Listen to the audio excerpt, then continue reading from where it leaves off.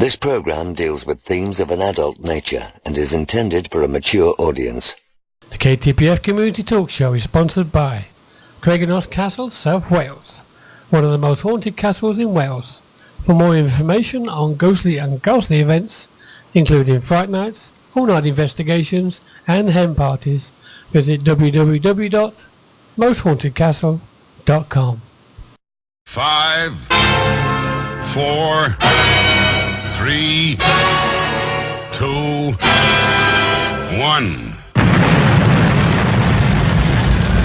They've landed. You're in the right place. Online, on the web, and on air. All over the world. Talk radio. You hear us, we hear you. Yeah, good evening, ladies and gentlemen, and welcome to the KTPF Community Talk Show. My name's Suzanne. And I'm Steve. And we're here, hopefully, keeping the paranormal friendly with you and our guests in the studio. Excuse me. Hello. Hopefully. Well, it depends how they're going to give us a reception or not. Yeah. Some of the stuff we talk about. You mean if they're not nice, we tell them to go away? No, they might tell us to go away. Yeah, why not? Well, as you can see, it's a relaxed show between us, so nothing too scheduled here. For those of you that are new to the KTPF, Steve and I started the site back in 2007, and our mission was to try and bring the paranormal world together. A bit of a feat that in some places. And in 2012, we decided to have a chat room with a difference, inviting you to engage in live, friendly discussion with our special guests. 2 seconds. Yes, I am recording.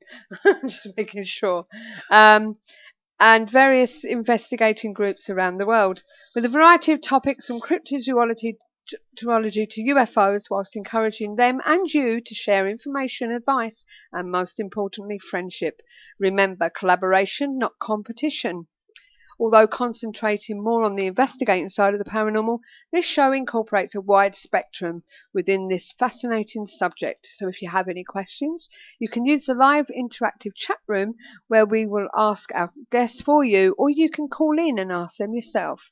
Later, we'll have the rundown of the rest of this month's events from paranormaleventsforyou.com.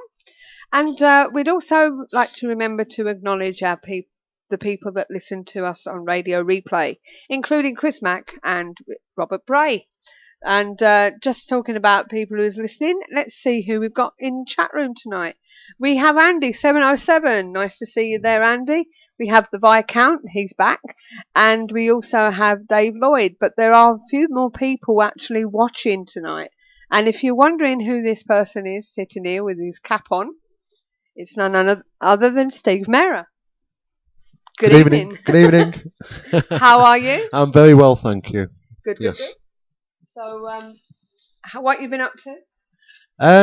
I've been busy with the magazine, as usual. Yeah. Phenomena magazine. Uh-huh. Out every month.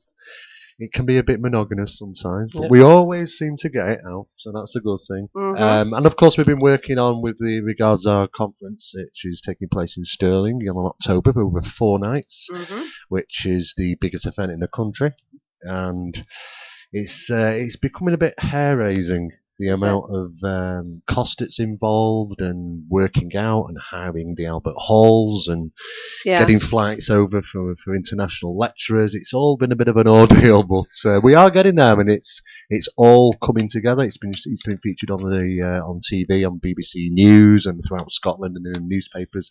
And we did have our official launch on September the 1st. And of course, we've got some big names linked to it. We've got Peter Broughton, who's the director and producer of Rob Roy, the film. Oh, yeah. And a number of other things.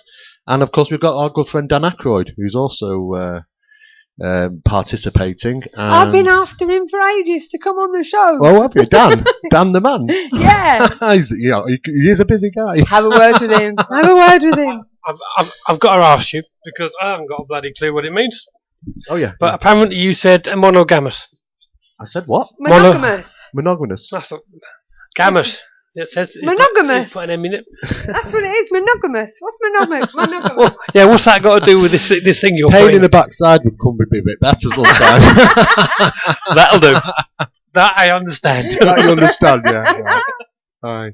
But it's all coming together really well. The tickets are selling fast, so I mean, it's not just a sales ploy. They are selling fast, and people really do. If they want to attend, it's not something we normally have, is it? It is absolutely. It's an American thing. We need it over here. We've got. Yeah, it's everything's for the family. Everything. You've got things for the kids. Yeah. We've got things for the adults. Mm-hmm. We've got ghost walks. We've got paranormal investigations. We've got UFO sky watchers, and these all events all taking place with well-known people in the subject. Apart from that, we've got international lecturers coming from all over the world, the very best in their subjects. Mm-hmm.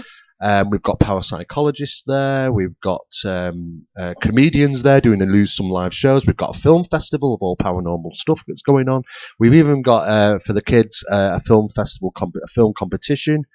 There's absolutely loads and loads of things spread over a 4-day period in Stirling, in Scotland, starting 30th of October. I'm going through to November the 2nd. Are you doing any of it in the castle? There are a few things going on, and there's also a haunted location, which is a hospital as well. Because I've been to the castle, not as an invest, but it's a really lovely place. The whole town. Have you been to Stirling? Yeah, but not actually the town. We only went to the castle. Right. Didn't we? Stirling itself is very, very historical, and it is certainly no stranger to the paranormal, as most of people that live up there or visited there will tell you.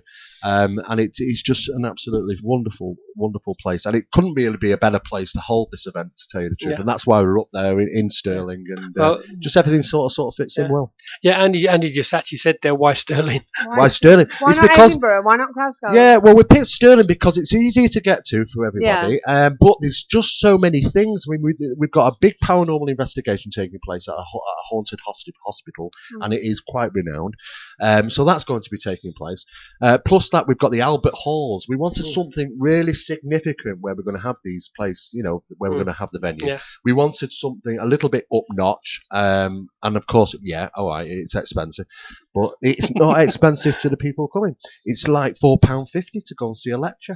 That's cheap. I mean, people pay what, £13, £12. And he said it's a bloody long way to go, but why not England? Why not in the middle? Yeah. Why not England? Well, this is the first one. Yeah. Right? And the idea is that we're going to put it to the test. I mean, you got to understand the amount of work that's been involved in this. I mean, it's took over a year. I mean, just so far, the event has cost over £160,000. Okay. Right. So that gives you some idea of what sort of money we're talking about here. Right. I mean, we've even had the brochures professionally put together.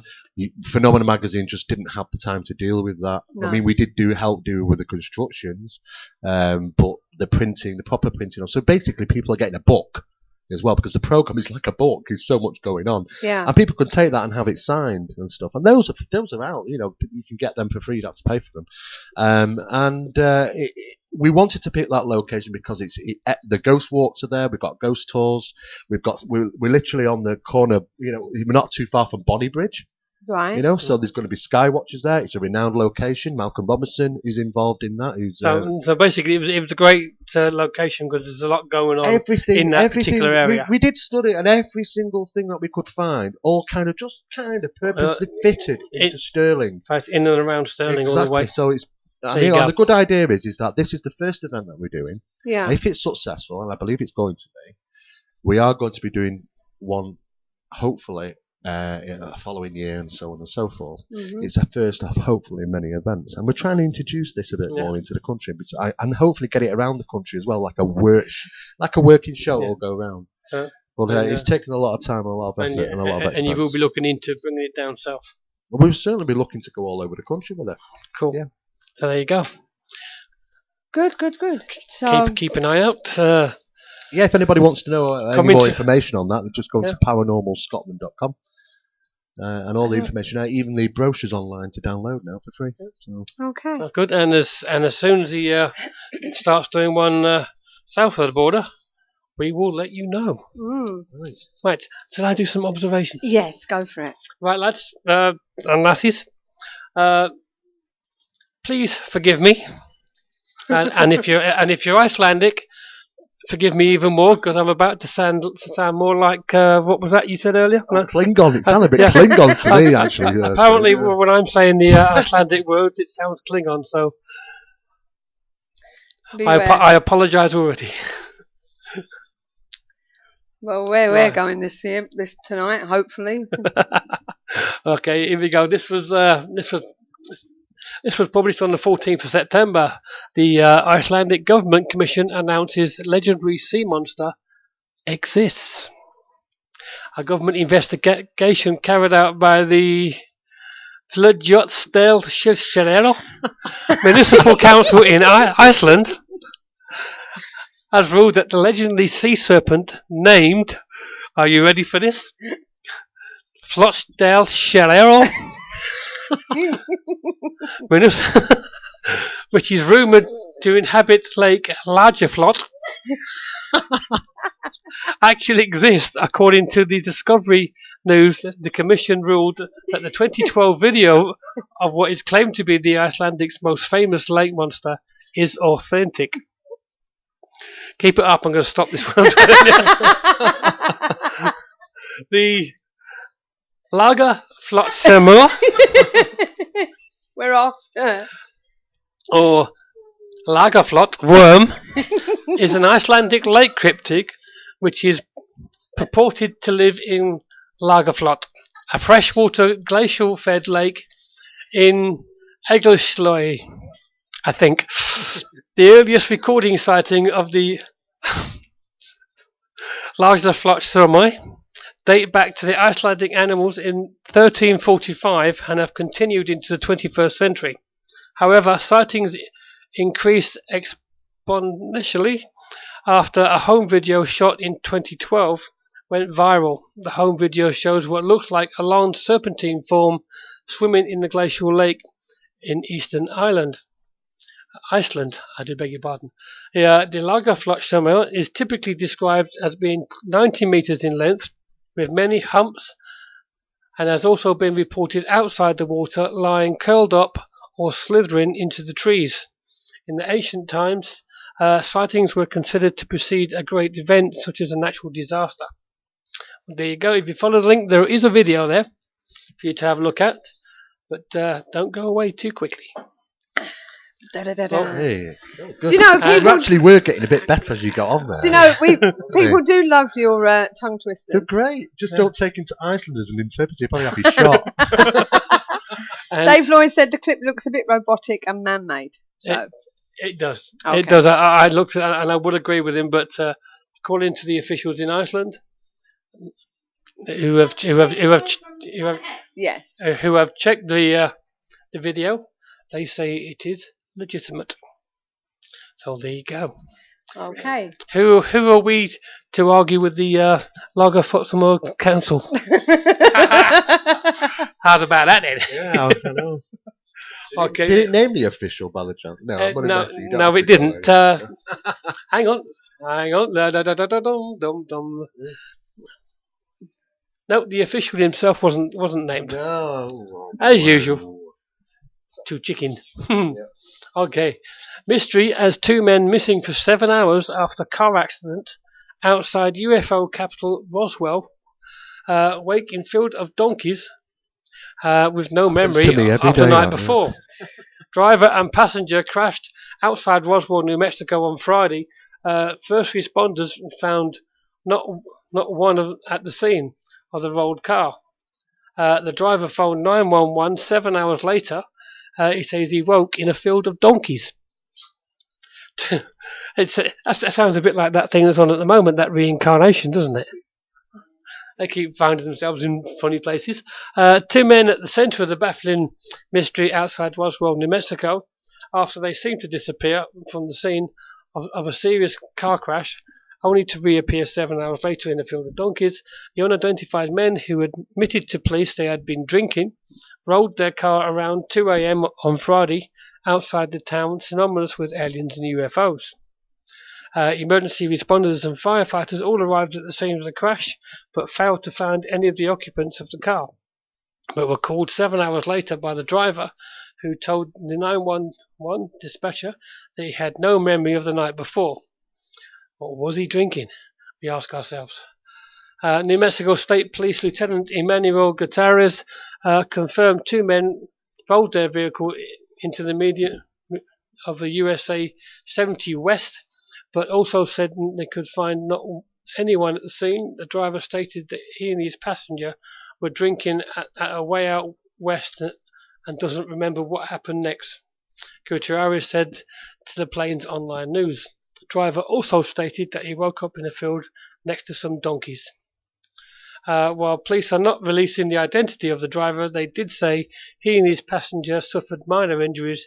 They issued him with multiple citations, namely walking away from an accident, I should think. Oh, yeah. Yeah. Well, It's an odd story. it is really odd story. I think that basically the motto of the story is next time it happens, if you're going to drink and drive, take a sleeping bag and a bag of carrots with you. Yep, that sounds good to me. Next. Okay. Here's one for the conspiracy buffs. I can see the headlines already saying that the FBI or the CIA or somebody did it.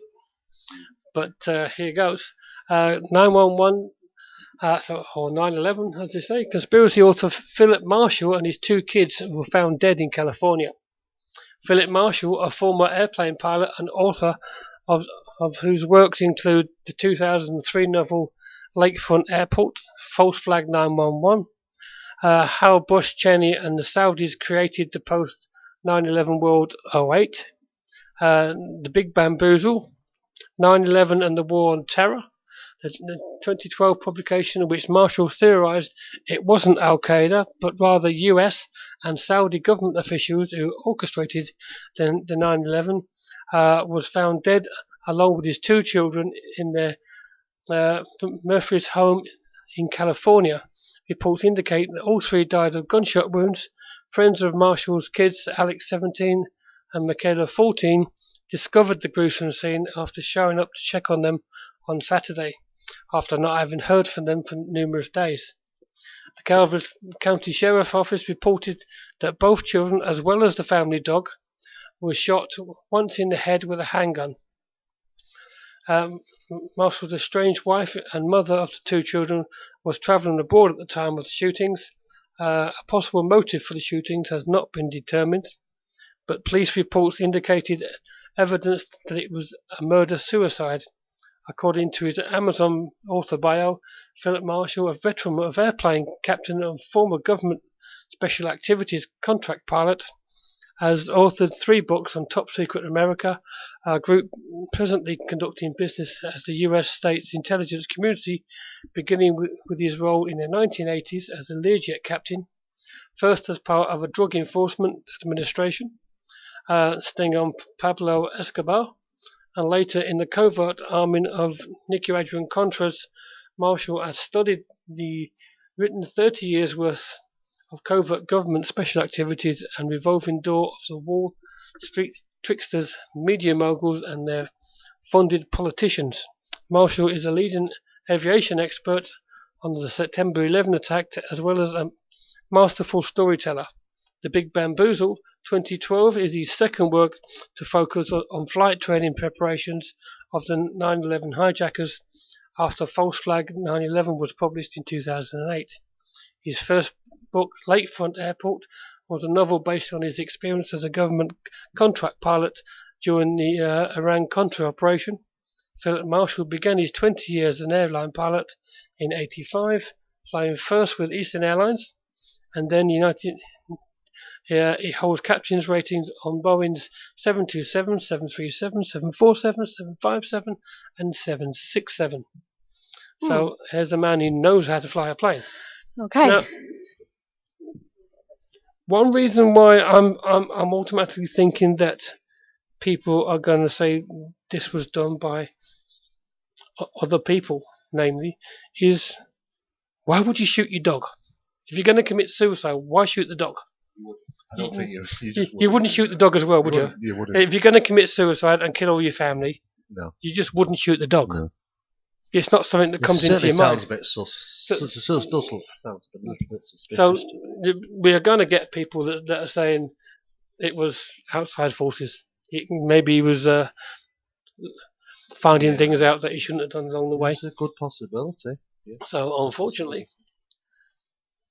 I'm sure we're going to find that in the conspiracy I'm sure we're web going to hear more pages on that before in the long. future, yeah. Mhm. How many you got left? I have a couple. I will Okay. tell you in just a minute. Most of these are not that long, dear. Today. Good. Okay. It is one that Steve talked to me about earlier. Security guard witnesses ghost appear on video surveillance monitor. Employees of the historic castle in England noticed something strange on their security footage. On the security officer witnessed a strange black figure appear near the front entrance of the castle and watched it float across the driveway. The Digital Journal reports today. A Dover Castle security guard was monitoring video surveillance feeds when he noticed something strange appear on one of the displays. A dark apparition manifested near the front gate of the castle and floated across the driveway, eventually disappearing on the other side. Dover Castle is a medieval castle located in the county of Kent in Dover, England. The castle was built in the 12th century by Henry II and is known as the Key to England because of its military history. Dover Castle is the largest castle in England. The video, an eerie figure can be seen hovering over the driveway near the entrance of the Dover Castle. Seconds later, one of the guards arrived to investigate the area. The footage was taken by a security camera on August 8, 2009, and the video was uploaded to YouTube in 2011. User Spider1Spammer2 insists the video is unedited. This isn't a fake and is CCTV footage at Dover Castle and hasn't been edited, the user said. Many ghosts have been spotted throughout the castle and its grounds. A spirit known as the Headless Drummer Boy is often witnessed the most. Now, when we was talking to Steve earlier out in the back garden, because it's still a very nice night out here, very warm, we was noticing the fact that CCTV footage does tend to blur when you have something come closer to the screen. Yeah, so it's quite possible that what you're looking at when you look at the video that's there, that it's not actually at the gate. That's right, yeah. I mean, anything that comes close to... Could be a spider. Anything like CCTV cameras, which can be anything up to 3 inches wide normally, you know, from a lens. Anything that comes close obviously gets blurred. Can be seen in daylight footage, even though it's an infrared camera, and under daylight footage, close to the camera, they can seem to be dark and shapeless, and they blur. And you can almost get to the point where you can see through them. And these things can move around the camera, but we don't get that depth, you know. And of course, when we see it just on the screen, it's hard to say where that is. Okay. And of course, it can look like it was filmed at night in infrared. They turn it white, so people tend to see white shapes at night and dark shapes in the day. Okay, here we go. If you didn't already know, Yorkshire is a truly terrifying place. Tuesday, September 16th, this was done. It looms large in horror classics such as Bram Stoker's Dracula, as well as more modern tales such as American Werewolf in London. But the villages and moors of Yorkshire have topped the real-life poll of the most monster sightings. And the county has experienced 615 unexplained encounters, the highest number in Britain, and a study of ghosts, sinister sounds, big cats, bumps in the night in the past 100 years. Suggests. Lionel Thanthorpe, a good friend of the show, has been on several times. A researcher into the paranormal compiled the findings from archives, police reports, eyewitness accounts, and investigative records. He found that Britain has more than 200 reports of vampire sightings, compared with just 8 in Dracula's homeland of Transylvania. There you go. We've got more vampires here than they have. Certain areas of Britain may be referred to as horror hotspots, not solely because of their vampire reports, but also because of the number of reports of general paranormal phenomenon emanating from them, Mr. Fanthorpe said. The study was commissioned ahead of the vampire TV series The Strain, which begins on Watch Today, which I understand was Tuesday, was it? Tuesday? Yeah. Mm-hmm. Okay. One more. Tell me what you think of this. Dun-dun-dun. Suspense is killing me. I know. Is that your last one, Steve? It is my last one. Unfortunately, Steve, you won't see it. Oh, no. That's how I thought it would be suspense, wouldn't it? Strange. Tune in next week for that one. I will bring it up in a minute for you when Sue's doing her bit. Strange objects in the clouds over Budapest, Hungary. There was a video. The universe is full of mysteries that challenge our current knowledge in beyond science. Epoch Times collects stories about these strange phenomena, stimulate the imagination, and open up previously undreamed of possibilities. Are they true? You decide. The raw footage features an apparent unknown object spotted in the clouds over Budapest, Hungary. What do you think? Let us know what you think. There we go, and I will just bring this up. Okay. Right, well, so Steve can see it. Tonight's guest, we're going to be contacting him in a moment. Now, James Rink proclaims to be a super soldier, a MILAB, military abduction. It is said to mean, which means joint military and alien abduction. The MILAB program is basically just a super warrior program, and he claims to have been used against his will for military combat. He says he has been subjected to ritualized trauma, monarch programming, and human cloning connected to military abductions and alien mind control. Okay. He is the foremost researcher of the altered soldier phenomenon and related topics, as well as an expert in hypnosis, he says, memory call, therapy for other soldiers and experiencers, abductees alike, and an expert in exotic technology and alternative history. Now, he's just sent me this to tell you about as well, before we contact him. He is a meditation practitioner, researcher, author, and film producer. Through his Super Soldier Talk video series, he has helped awaken humanity to the secret activities of the covert government, uncovering topics such as brainwashing, trauma, MILABs, which stands, as I said, for military abductions, and covert harassment, all of which he has had to endure his entire life as a product of Project Surrogate and Ultra MK MILAB Super Soldier experiments. His book Lone Wolf chronicles these projects. He has also produced Change is on the Horizon in a 3-hour video documentary covering a variety of topics, delving into banking, finance, constitutional law, and NESARA. Do you know what NESARA is? Which is the National Economic Security and Reformation Act. He now spends his time perfecting the Neo Meditation Cube, which is a chi energizer that helps users relax during meditation so that they can integrate themselves. Thanks to the Neo, James has been able to work around the programming and trauma he has been forced to endure, and in the process help others to do the same. Right, we're going to contact him now, so please bear with us. Don't forget, guys, if you do have a problem with your live stream, and same with us, just refresh, okay, because we're not, unfortunately, it's an American program. Good evening, James. Hi. How are you? Good. Are we on mute? No, you're not on mute, you're live. Oh, okay. I've just done your introductory, okay, and all right. And basically let everybody know what tonight's program's all about. We've got my husband Steve and also Steve Mera in the chat room in the hub with us, asking questions. But first of all, can you tell us a little bit about yourself and how all this started? Okay. Well, it is my belief that I am basically a super soldier, but to explain a little bit more about what that is, I might have to go back into a story here.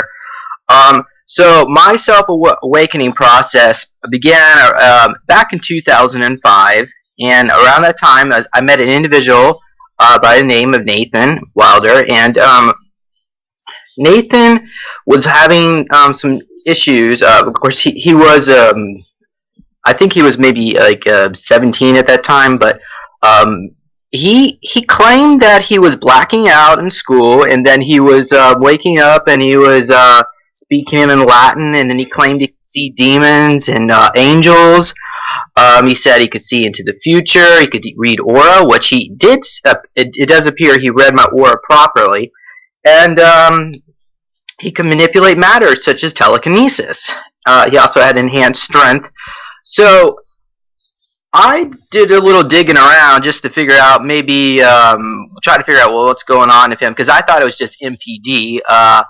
He was diagnosed with what you would call schizoaffective disorder, which is a mixture of bipolar and schizophrenia, of all things. Now, a lot of people with MPD, which is multiple personality disorder for people who are unaware of that condition, or dissociative identity disorder, basically it's when the mind has gone through so much trauma, it splits. The consciousness splits in order to, and that fragment of that memory, because our memories are stored outside our body like a hologram, so that fragment, it breaks off within our own aura. We're not able to access it unless we go back to the trauma again. Well, so it appears that's what was going on with Nathan. So I was trying to help him out, and in the process, inadvertently, he admitted that he was taken to facilities where he was put on treadmills and tested for his abilities, such as of course his strength. But fast forward here. The next time I contacted Nathan, he claimed that they were deleting all his memories, and that he claimed that I can now do what he can do. He said he activated my DNA, and around that time is when I started getting needle marks. Now, I started getting needle marks, and initially it was like once a week, and then it would go 2 or 3 times a week, then eventually came once a day. Then I think the height of it all, it was like 3 times a day. Or, well, actually, I think I might have counted 7 times one day. I don't know what the heck they were doing that day. But yeah.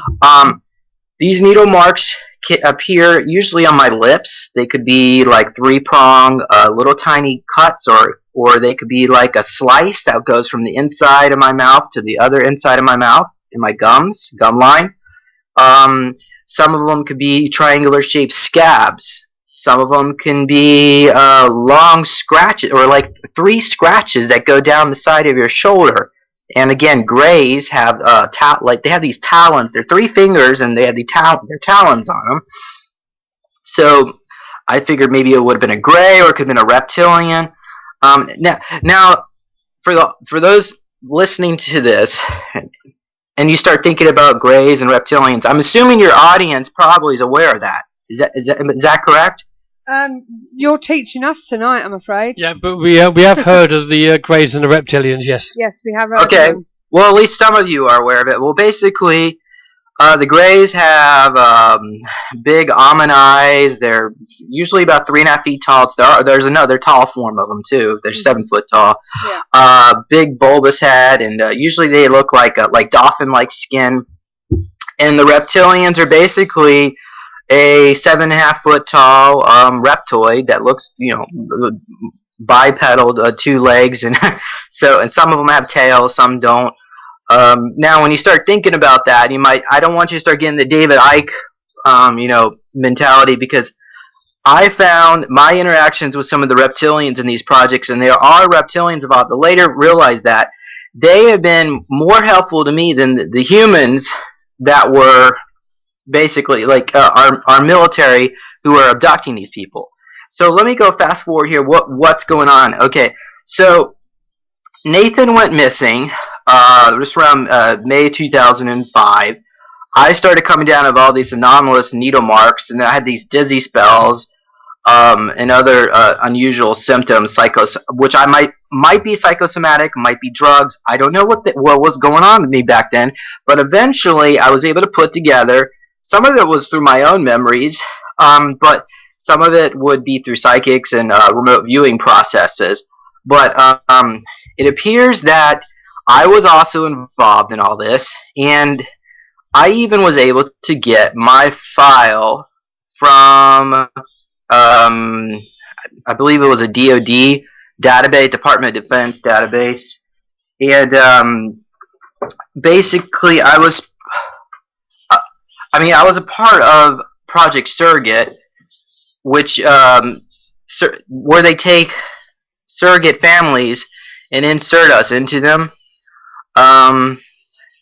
But under the Project Surrogate, there were other sub-projects. I believe there's maybe about 700 people within Project Surrogate. So what they were trying to do is, instead of just raising us in an underground base under lock and key, they found, they did do that. You know, our government is that diabolical. They would do stuff like that.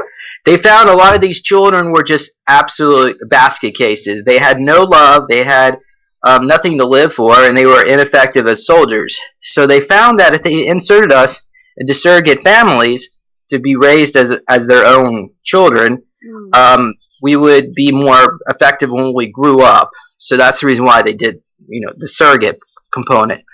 But according to this file, I was part of Project Bleak, Project Abandon, and Project Equalize. These were basically like minor umbrella projects for super soldier modifications. Okay, Project Bleak was between 92 and 99, and it had to deal with recruiting young males, such as in the early teens, and monitoring them to see if like certain trigger words or objects would be used,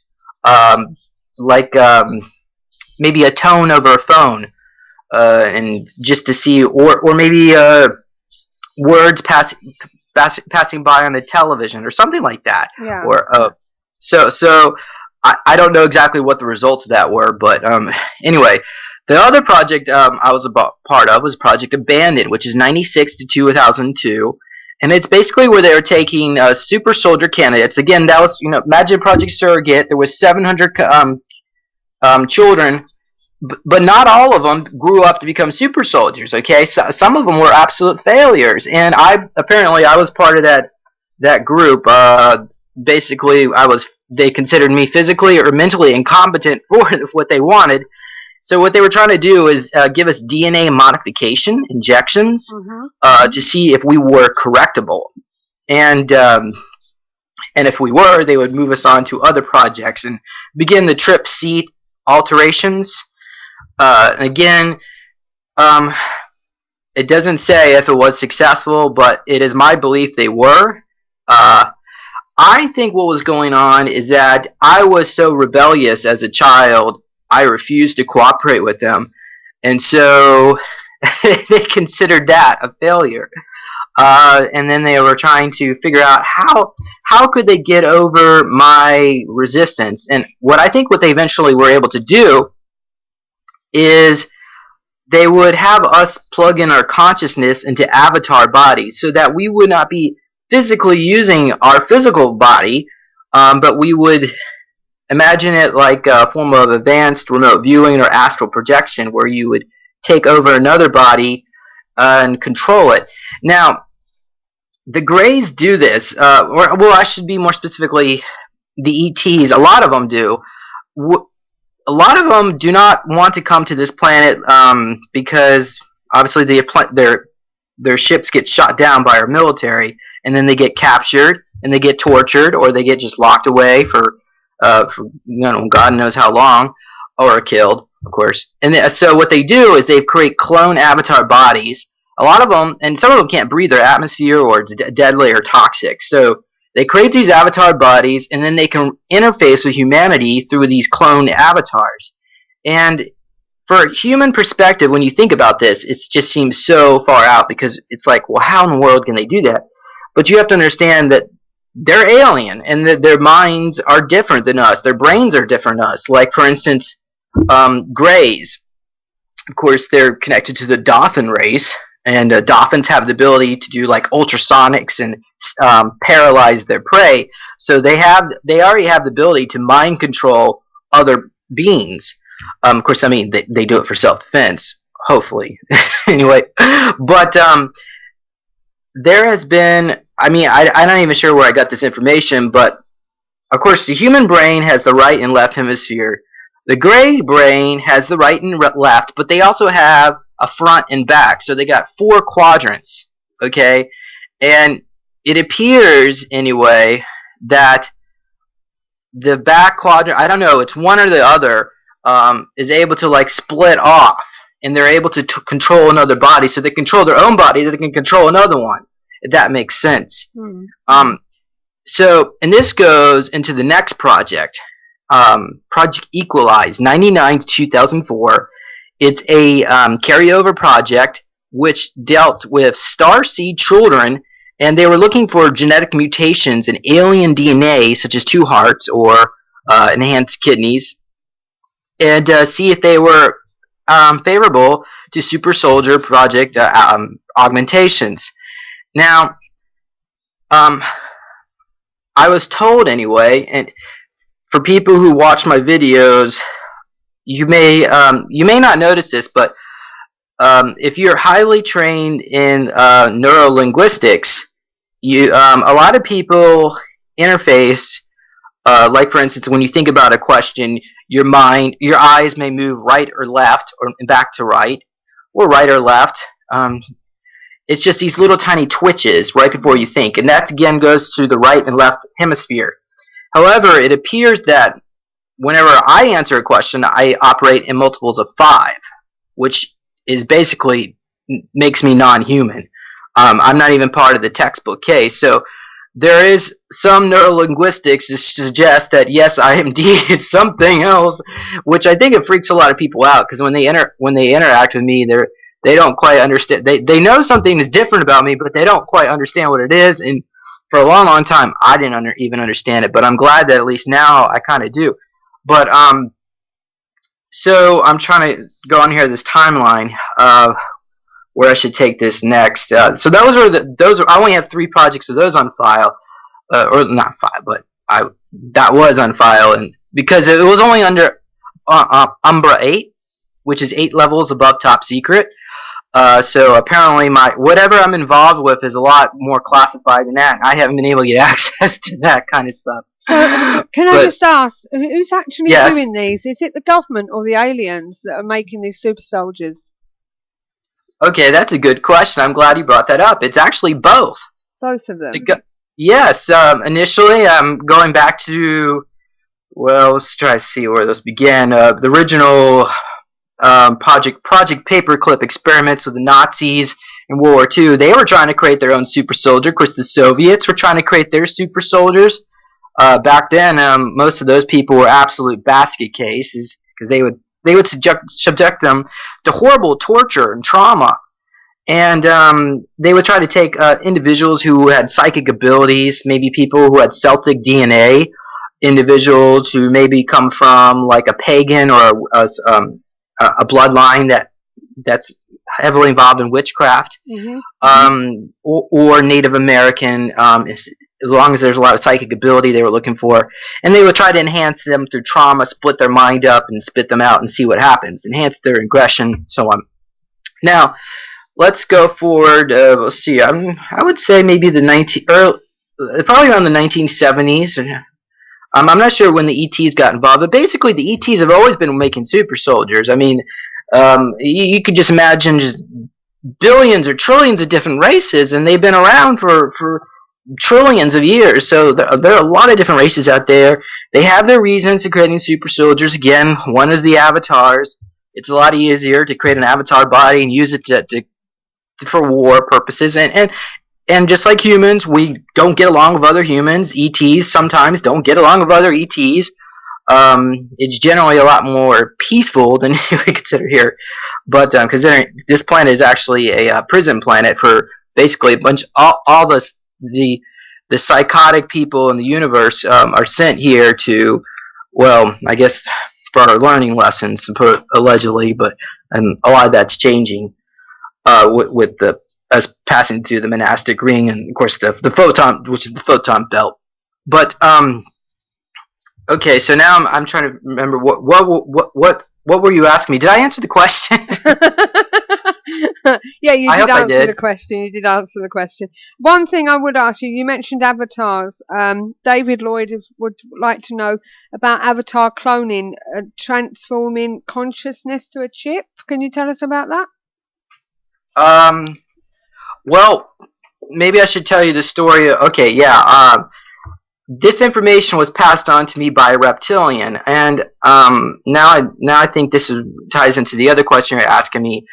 The reptilians seem to be heavily involved in all this because they're already highly advanced in robotics, and they like computers and robotics. It's just how they are, and a lot of them anyway. Not all of them, of course, but I'm not a stereotype here. But it appears the government asked the ETs, in particular groups of reptilians, to help assist them on making super soldiers because their projects were utter failures, oftentimes, most of the time. So the beings, at least the one that I interacted with, was a 12-foot tall.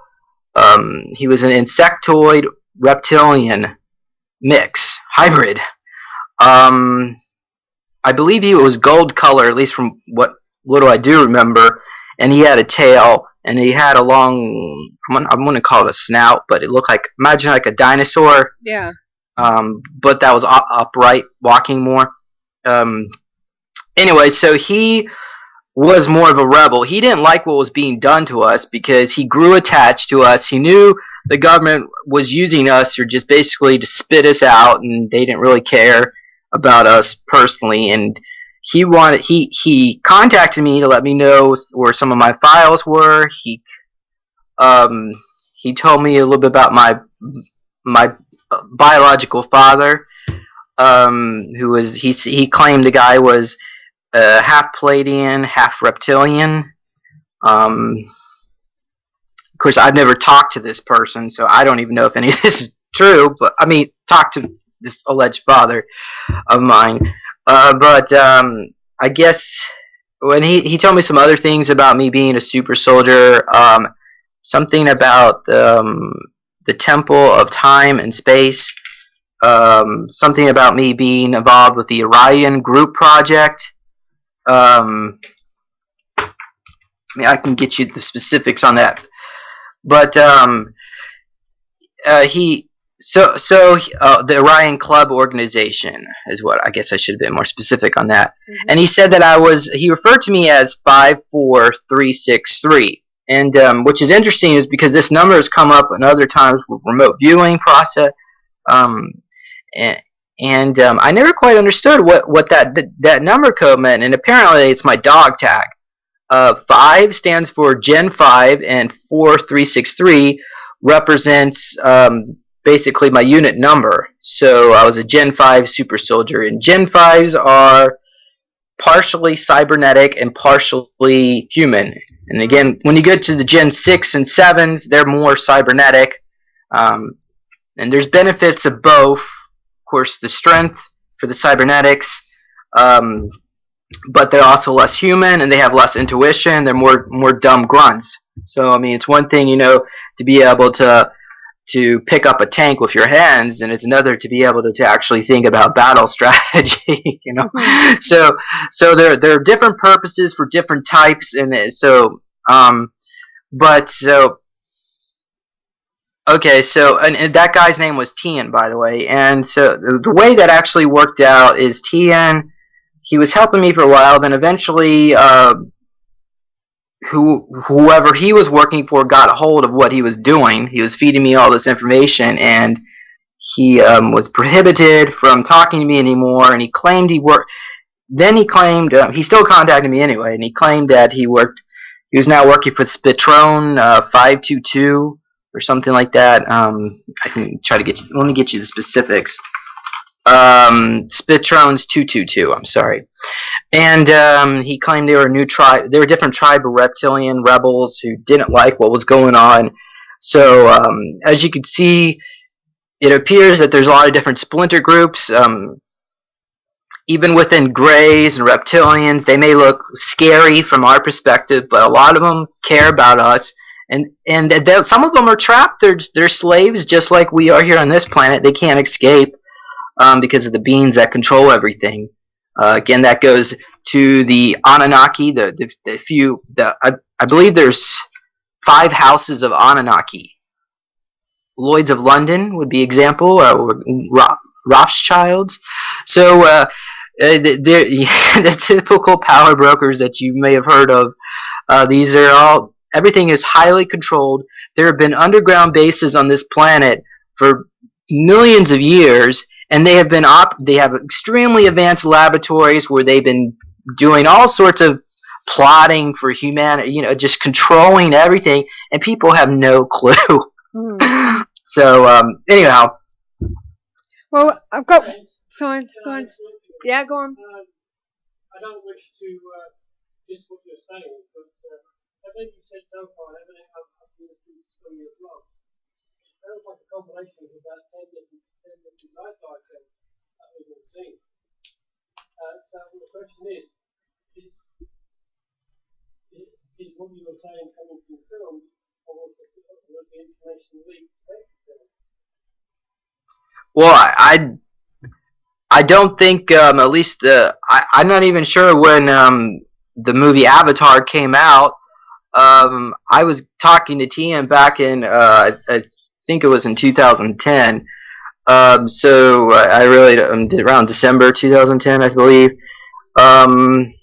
As far as some of the other stuff, I mean, I knew Nathan back in 2005, so I don't know if there's any other stories that are similar to that. But I mean, I do have physical evidence. I mean, I've got needle marks, so that certainly wasn't something that a film would have manifested. No, obviously.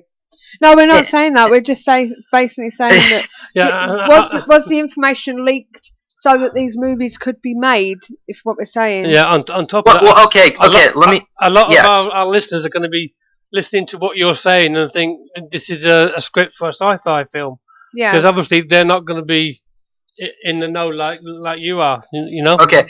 Well, you have to understand a lot of it is my belief anyway that a lot of these script writers are able to tap into a higher source or a higher power, and I believe they're actually channeling some information. Maybe some other higher beings or entities are giving them ideas through their creativity, and we all have that ability to do that. Well, I want to be hesitant with that because there is an Archon grid around our planet. It's 10 miles high and 10 miles below the Earth's surface, and it's basically there are bombs being detonated within the etheric grid that prevents people from escaping this Archon grid around.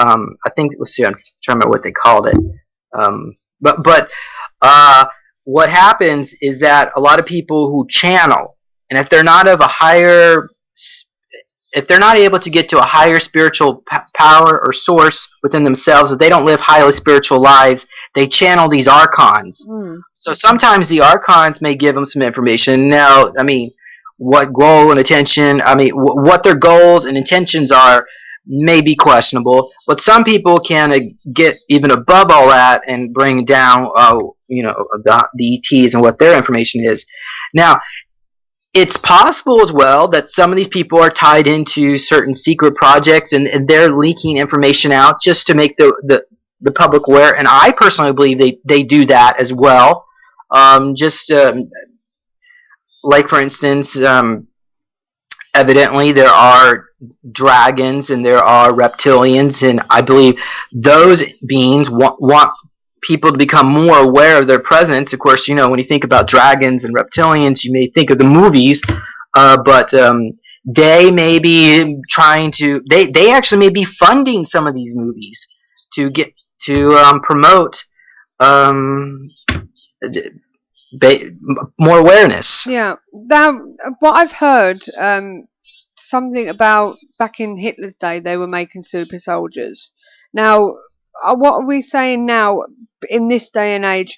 Are we saying now that they're part human, part alien, part machine, as well as chemically enhanced? Is that right? That would be yes. I would agree with that.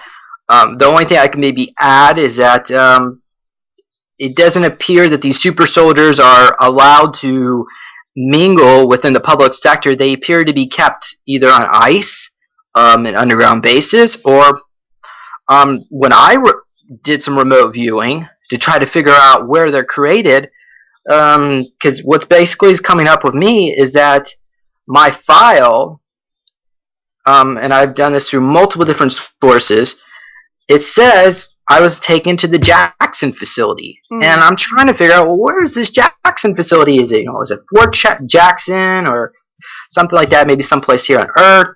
And we were getting a desert region, and but it just wouldn't make any sense. And there was a huge dome over it. It was like a cylinder that goes in the ground. There's a huge dome over it, like an energetic barrier. It didn't look like anything on planet Earth. And so it was basically on Mars. And what's going on here is that there's an ancient facility on Mars that the reptilians and Greys operate. There's a huge dome, and inside the dome are basically a bunch of clone bodies. They're human. Well, I think they're human bodies. There might be some other entities and beings in there, and they raise these clones up to a certain age, about the age of a young child, and then they take them out of the pod, and whatnot, and then they take them below level, which is a joint base, Nazi base. I say Nazis. They escaped World War II, Antarctica, and they moved on. It's my belief they moved on to Mars and they had facilities on the moon. But it appears anyway that these Nazis they have a facility below there, and they train all these children to become super soldiers. So again, we're blurring the line here because it appears that there's groups of Nazis, there's groups of reptilians, and it appears that and there's the super soldier avatars. Some are clones, some of them they actually give an injection, and it's like imagine like some kind of virus, and within an hour or two, memories will be inserted into this clone body, and they would know everything that they need to know, and they'll only last for 2 weeks. But then there's other clones, like the ones that I said earlier, where they were training them up from as a child, and those they put a lot of energy and work into. They live, I don't know how long, but maybe 10 years or longer. So they have different purposes for different clones, and they probably loan them out to the governments here on planet Earth for specific things, probably relating to time travel over at Montauk. And I'm sure there's other places as well where they have these portals opened up, which I also know I was at Montauk because I have even talked to the head of Project Ibis there, and she remembers me that when I was there when I was 12. She was high up within the Anunnaki group as well, and she doesn't like what's being done on planet Earth. So not all these Anunnakis, the beings that run this planet, like what's being done, but they have to follow the party line, unfortunately, until something can change. Okay. Well, Dave Lloyd's asking a question. Could you tell us about the advancement of, what's it say, exoskeletons? Yeah. Exoskeletons. Okay, well, I mean, there is a lot of people who are involved in martial arts can strengthen their bones by using trauma. But again, as far as I'm assuming they probably are, David was probably referring to not necessarily human bone aspect, but probably bone metallization. I mean, I've read a story. I don't know if it's true, but apparently it sounded like the Soviets were experimenting around with titanium bones. That sounds as gruesome as, I mean, back then they would have had to pull all the bones out and oh my God, that sounds so painful. But you could imagine, I mean, a lot of those people probably, I'm assuming a lot of them died, if any of them survived. Later on they found that gold was a better metal, but of course it's too soft. So now they use a metal called Pre, which I think comes from the rings of Saturn. It's like gold, or the body treats it like gold, but it's as strong as diamonds. And I don't know. I can find more information about. I guess you're gonna have to read my book to find more information on Pre. That's Lone Wolf at supersoldiertalk.com. You can download a copy of it for free. Okay. Well, bear with me on that one. What we'll do is we're going to just take a quick 2-minute break, and we'll be back with you in a moment, okay? Okay.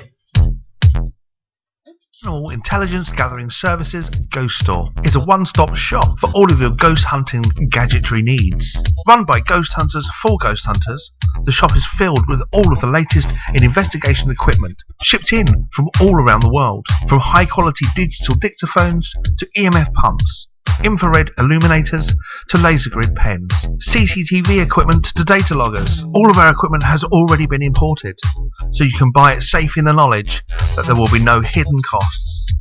And with our postage promise, you'll never pay more than the actual postage price. So visit www.the-pigs.co.uk/ghost store. Yeah, well, we're back here with we're listening to the KTPF Community Talk Show, and we've got James Rink on the line with us via Skype, and he's talking to us about super soldiers and military abductions, and he is actually one of them that he's been ritually traumatized by, and he talks about human cloning connected to military abductions and alien mind control. So we're going to find out a bit more. James, are you there? Yes. Hi. So basically, James, I've been told that before we spoke to you tonight that you never really knew much about yourselves, and it's only now that you've started to remember. Can you tell us why you think that is? Well, it appears, like I mentioned earlier, they make many different clone bodies, and we operate, at least I've been operating them like avatars. The memories are in the avatars, they're not in me, and when they put me back at the end of the day, I don't remember anything that I've been doing. Sometimes I get fragments of memories, and what happens, it's like almost a form of remote viewing my own past, or think of it as trying to remember a past life. If you were to try, if I was to tell you, remember what you were doing exactly at 4 p.m. 3 months ago. Mm-hmm. You would just look at me probably with a blank face. I mean, unless you're like a savant or an autistic person, you might be able to tell me what you remember. I've been asleep since then. I wouldn't remember. Yeah. So when people ask me, well, how come you don't remember anything or won't remember very much back then? Unfortunately, I mean, a lot of it, they were using drugs on us. At least when I was physically my physical flesh was taken a few times for that. Like scopolamine, like derivatives where you don't even remember anything. It just totally wipes your memories. Other times, again, the avatars. So it's difficult, but I believe memories can be recovered at the right time. When I'm ready for it, I have to go through my healing process, and eventually a lot of people out there who have gone through these kind of traumatic experiences, they will also get their memories back when they are ready to heal. And you have to get over the stress. You got to get over the stress out of your life. You have to learn to relax and just let go. Yeah. Okay. Now, there was a program that was on the UK television about two, I think they were Scandinavian or Polish girls. They were sisters, that they run into the road and basically get run over, and they survived. And they were so, that they were trying to save them. The police was trying to save them, but they fought the police off, and then they run out into the road again, got hit by a lorry, an 18-wheeler, and Dave Lloyd said their names were Ursula and Gabrielle. Now, is this the sort of thing that a super soldier would do? Could it be possible that they've realised what they are and trying to kill themselves, or what do you think it is? Well, I think probably those two Swedish sisters I'm assuming they were sisters, but I think they're probably clones from an escaped facility. Right. I think they probably that one of their alters might have been triggered. They probably were maybe accidentally. They were probably on some kind of, or they might have believed they may have been on some kind of a site to exterminate someone, and the program was accidentally triggered, and they were trying to get away. Basically, the programming requires them to get away at all costs. They can't trust the cops, they can't trust police, or whatever you call them over there. They can trust law enforcement. So that's their goal, is to get away, and whether or not, how they get the super strength abilities to survive, it probably has to do with nanites, nanotechnology, maybe their physical organs inside their body. Maybe it's not even human inside of them at all. I mean, some people have seen beings like that visit them in the middle of the night. They come into their room and they tell them that they're from the 100 years in the future, and they pull off their arm and they see a bunch of wires there. So they could possibly be androids. Now, I'm not saying that androids are from 100 years in the future. They're probably here at this time because the Greys, again, they have all their technology. So there's really no telling. I'm curious to see whatever happened to those two sisters now, where they are, or did they all just disappear? I can't remember what the program said, but Steve saw a video today where a car ran over a child and a mother, and the kid just got up. This is the same with these women, though. They got hit by numerous times by this Arctic lorry. Well, on the one I saw, the car actually ran over the middle of the child and over the legs of the woman. The woman didn't get up. The child just got straight up and went to his mum. Well, this is it. These people are getting hit by big trucks. Obviously, I'm not saying that this particular video hasn't been faked in any way, because it was on Facebook. Who knows where it came from? But that one with the girls, they were hit, at least twice with a lorry, and they still got up and fought like God knows what, to get the police off of them and everything. They had so much strength in them. You know what I mean? So it's weird. How many of these super soldiers do you think there are out there?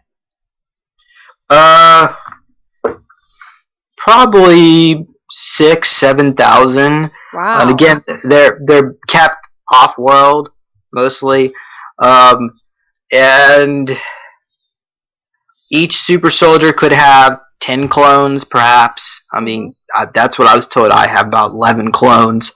Where there's a substantial number, and again, a lot of them are used for interdimensional time travel and off-world missions, of course. They have their use. I've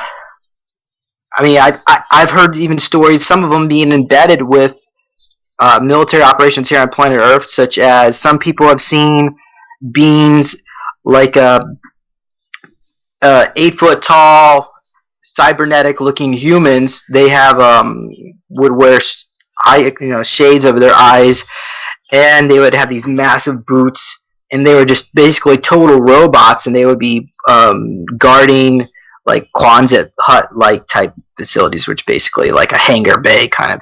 Yeah. You'd see them on there, or and if you were to talk to them, interact with them, they just look at you with a blank face, because they seem to be programmed or plugged into an AI. There seems to be some type of artificial intelligence type supercomputer where these robotic entities are plugged into. And again, I think a lot of that's connected to a lot of what the negative reptilians and Greys. They're heavily involved with all that, the robotics and the AI, because it's just more mind control and more just another control system that's been forced onto them. And again, that's why a lot of them don't like I said, they're slaves too. So anyway, I hope I answered that. Yeah. James, Dave Lloyd come back and told us what happened to the girls. The twins. One was in hospital for 3 weeks. The other released, and she went on to kill a man. To stab a man to death. Yeah. So, but Sounds like Steve. they were. Sorry, I was just saying those girls sound like they're psychotic. It does really. Oh, so there are drugs where people are throwing themselves off roofs because they think they can fly. Yeah. So what do you think about this super soldier? I find it interesting. I mean, forgive me for my silence, James. I was just there's so much to take in. There's a lot of information that you're talking about, and I have heard a lot of it before. The problem is nowadays in the 21st century, we're hit with a lot of information, which comes out from the corners of the world. A lot of information to digest. Sometimes very little evidence to support it. Fascinating stuff. Lots of things which are related to key elements of other incidents which have taken place in the past, which we know that there is some little bits of evidence to support, like paperclip and the Nazis and so on and so forth. It's very, very interesting. And the unfortunate thing is that, as time goes on, we know that we do get more people in the 21st century coming forward now and saying about these things and these events. We also get a lot of people coming forward and saying, well, at some stage, if these things are going to happen, then are we going to be told? If we are going to be told, is there a reason? What is the ultimate plan? What's it all for? Can you answer that, James? Well, okay. As far as at least with super soldiers are concerned, now I mentioned interdimensional time travel. The beings that control this planet have been using time travel as a means to expand and maintain their empires. Like, for instance, they would send individuals back in time to kill certain people so that land for an underground base or above ground or top secret facility would fall into the hands of the right people or into their own family dynasties. And so they of course they were using time travel to for financial benefits, but as far as actually they would find problems with sending actual individuals back through time. And again, this goes with the nature of some of these stargates and portals that they were using. Some of them, when you go through these Stargate portals, you physically die, and you come back on the other end, you reemerge or come back to life. So you're going through a death process each time you use it. And when you reemerge on the other side, the DNA gets degraded.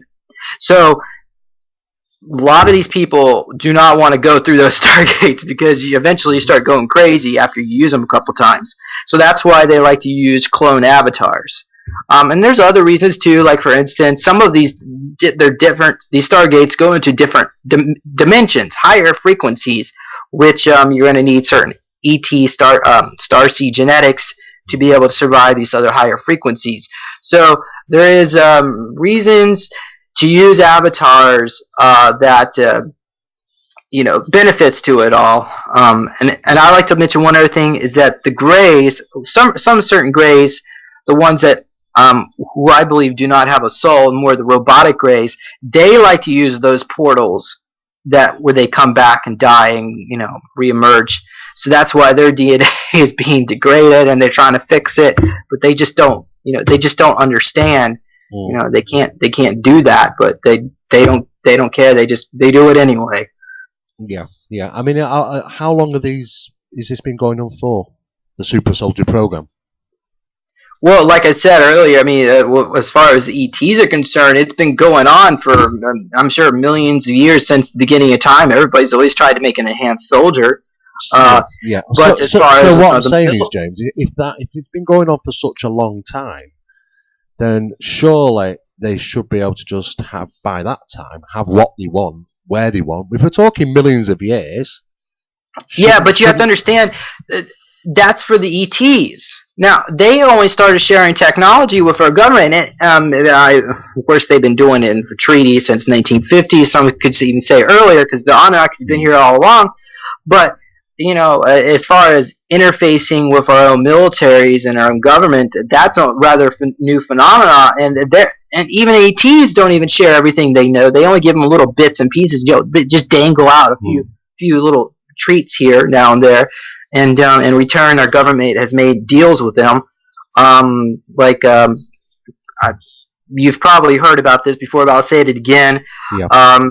there were treaties made between, I believe it was Eisenhower and the certain groups of Greys from the Betelgeuse. Holloman Air Force Base arrangement. Yeah. Yes. Yeah. See, there's a number of those reported incidents which have taken place throughout, many years, and probably are still taking place. The big picture, though, is what people are sort of trying to figure out. Is the big picture is that ultimately, are they good? Are they bad? What's the end game? Oh no, they're not bad at all. I mean, there are certain beings, certain groups of reptilians that view humanity as a food source. They would be more like the Velociraptor type. I would probably you could probably consider them bad, especially if they consider us food source, and they've been. Yeah. That was one of some of the deals, is that the military agreed to allow them to harvest people to eat in exchange for technology, but these beings have gone into. They have time travel technology, and they have looked at future timelines, and they realized the future timeline, the timelines where they continue to harvest humanity, cull them, and eat them, was not so favorable to them in the future. I guess what happens is humanity eventually works together, and we go out all out war and exterminate their race eventually for doing that. So now they're changing their ways. They're trying to be a little bit more humane. But even if you were to go into an underground base with one of these type of velociraptors, they're an interface with them, there would have to be some kind of military personnel with you, escorting you at all times. Otherwise, they might turn around and just eat you. Interesting. But not all reptilians are like that. There are some species that are more amphibious. Of course, there's Tien. He's got more the insectoid type, and I mean there are of course the Dracos and other types of reptilians, and a lot of them they have their splinter cells. Yeah. But unfortunately, it seems that their innate ability to want to control others. It seems to be part of their genetics, so I don't know if they can totally get away from it, but they're trying. Can I ask you, James, how long have you been in the public talking about this? Oh, I would say maybe 2008 is when I first started talking about it. Right. Okay. Of course, back then, I mean, all I had was, I think the Greys were abducting me, but I later learned that these needle marks, although they're done by the Greys, it's not like they have nefarious purposes. It's more they are trying to help me. There are groups of tall Greys who are trying to heal me from a lot of the trauma and torture I've gone through. Of course, the tall Greys themselves do not have a heart connection like humans do. They don't have the ability to love. So their idea of helping is more like helping a lab rat.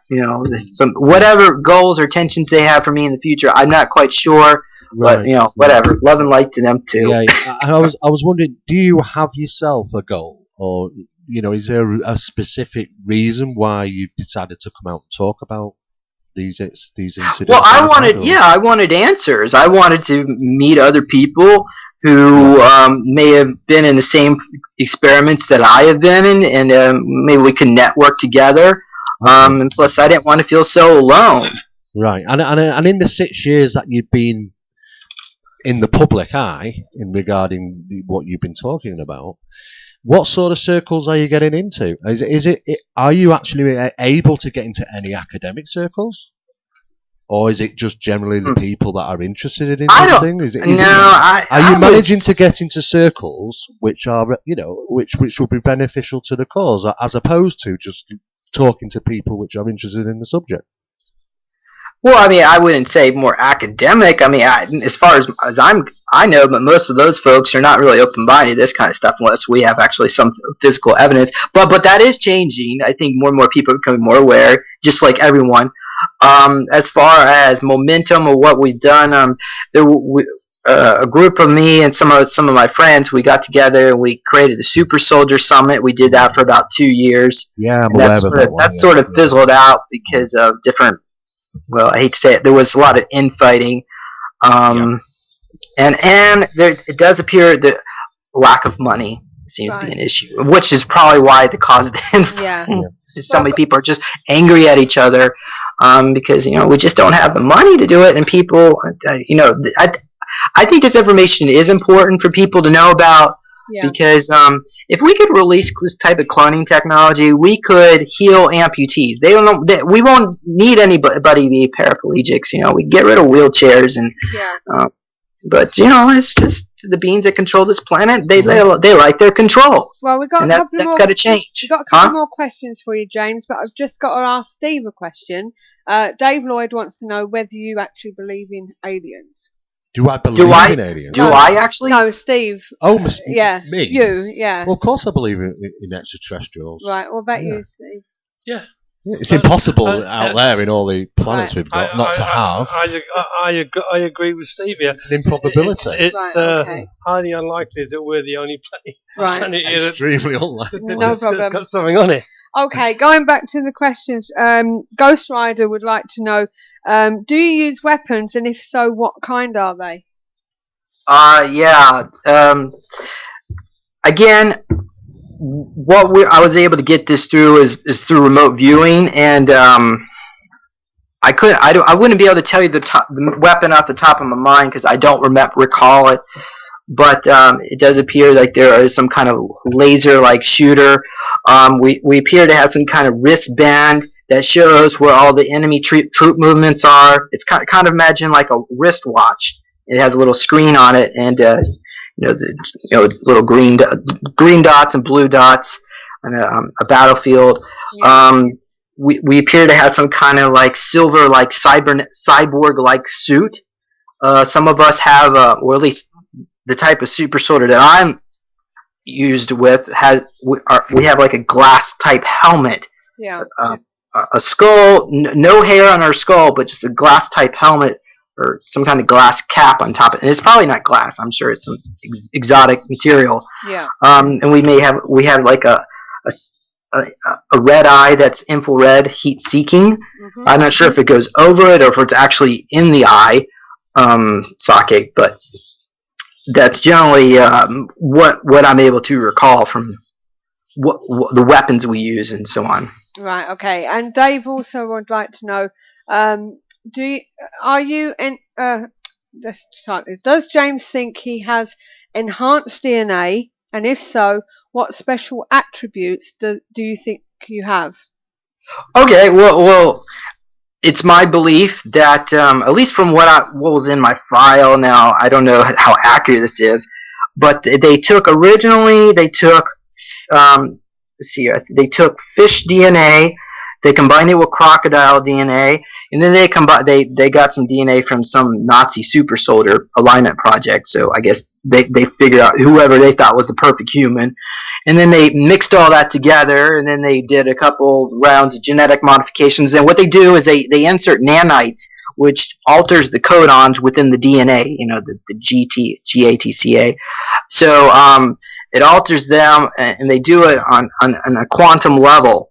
And so it took a couple years, and eventually they get a batch of a batch of embryos. And then they insert us into the families and hope that we're enhanced somehow. So it's more a hit or miss. But that's why they get the reptilians involved, because they're expert geneticists. And of course the Greys are too. And so what actual alien race is involved here? I would definitely say reptilians, some Greys, and it does appear there are some Syrians involved too. Mm-hmm. Over at Montauk, they were giving the government technology, time travel technology, and they were doing it for trying to control humanity. So some of the Syrians have been kicked off world, and they look, well, they're more like a human dolphin hybrid. But it also appears that there's groups of Palladians who were part of the negative cabal, and I can't say for this for sure. It could be disinfo, but something called the Giza group under the Giza pyramid is allegedly, but that may be disinfo. I like to think the Pleiadians are all about love and light, but unfortunately, a lot of them just don't really want to. They want to fix the situation, but they don't want to get involved. Yeah. It's the same thing with the Andromedans. they're extremely advanced. They can travel between universes, but when it comes to planet Earth, it's like they rather just sit around and meditate and hope things get better and watch us self-destruct.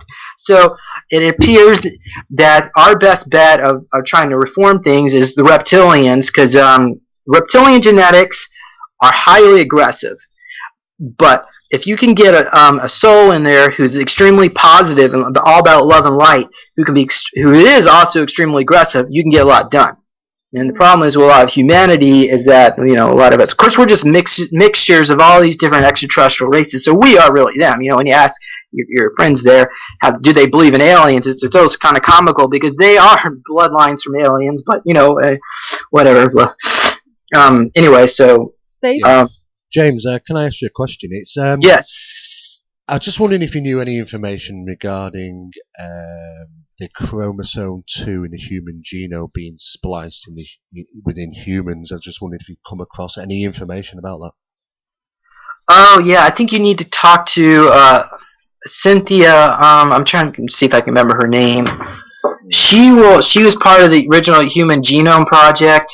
Mm-hmm. Maybe I'll get you the details afterward. Yeah. I mean, is that something that they are responsible for doing, or is that something that they have been responsible for doing, or is that just something that is a trait of humanity from where we originated from?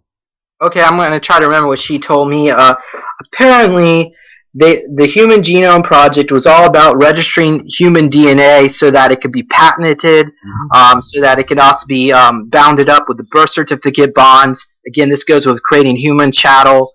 And collateralizing the debt of all the world's nations. So it's all another form of control. I'm sure the Human Genome Project is a lot more advanced than they like you to think. And they've been doing cloning a lot longer. Human cloning, allegedly the first clone was gets to probably around 78, and they started cloning presidents and world leaders, and I'm sure they continually be cloned even to this day. Yeah, I mean, of course, if they have been doing those sort of things and in the interbreeding or the cloning process, could we say that there has been sort of fossilized evidence? Is this what we've seen in such as things like the Star Child skull and other similar skulls around the world which have been discovered?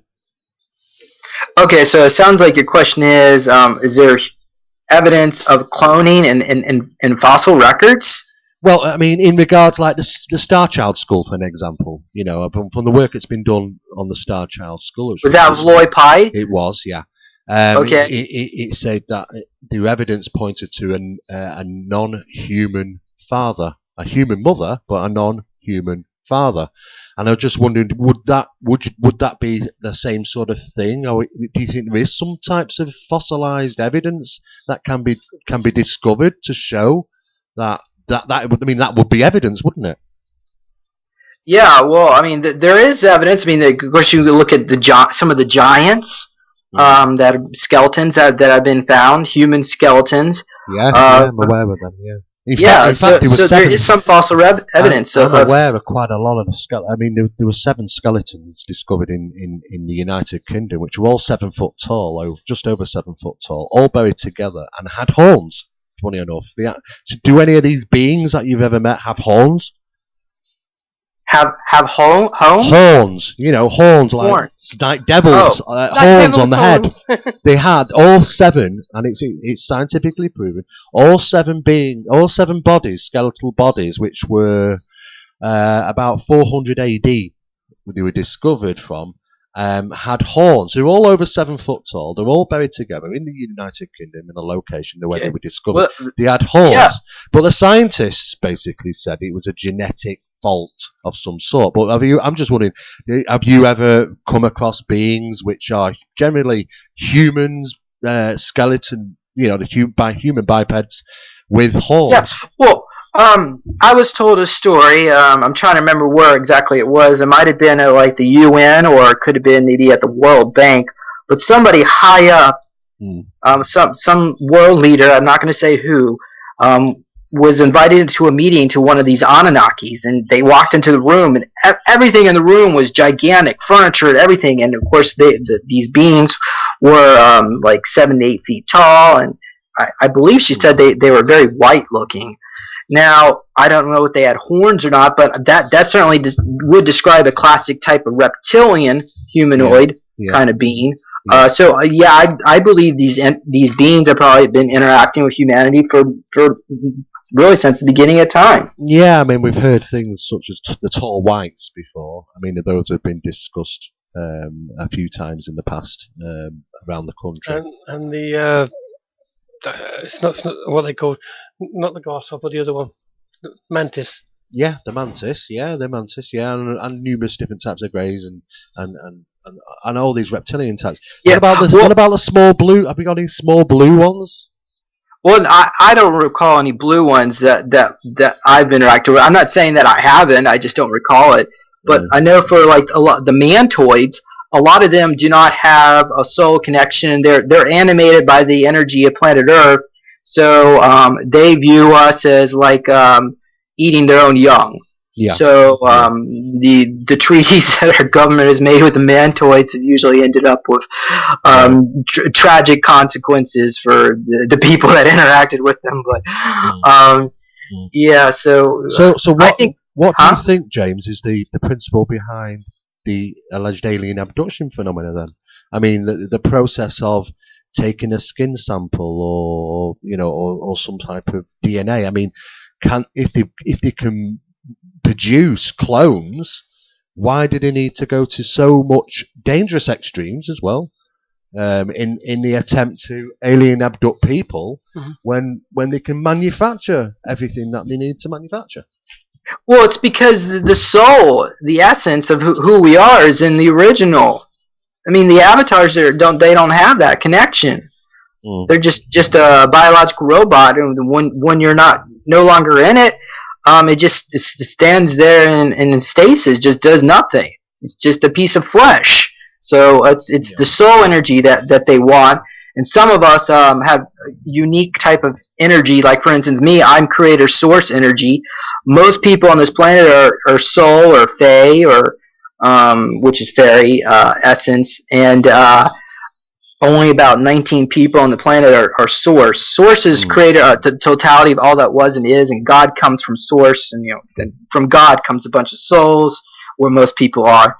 Yeah. And So yeah. I understand what you're saying. So if there were quite a number of, what did you say, about 6,000 super soldiers? Did you say earlier? I think it was about but after I said that, I just got a message in my mind that it's a lot more than that. So I threw a number out there that I thought might be accurate, but I'm probably thinking maybe 50,000 or 100,000. Who knows how many clones there are? Okay.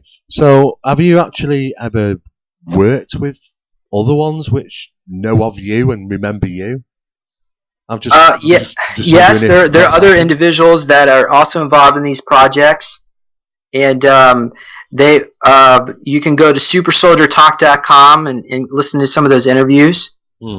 And do they recall experiencing you? I mean, as a joint adventure. I mean, we know that some people, there are very few cases where alien abductees have come together, during their experience, and found out later that either one of them remember exactly about the other person. I'm just wondering if you've had a similar experience like that. Could I take a quick bathroom break? Oh, sorry. Yes, of course you can. Yeah, don't worry. I'll play an ad, and then we'll come back to you.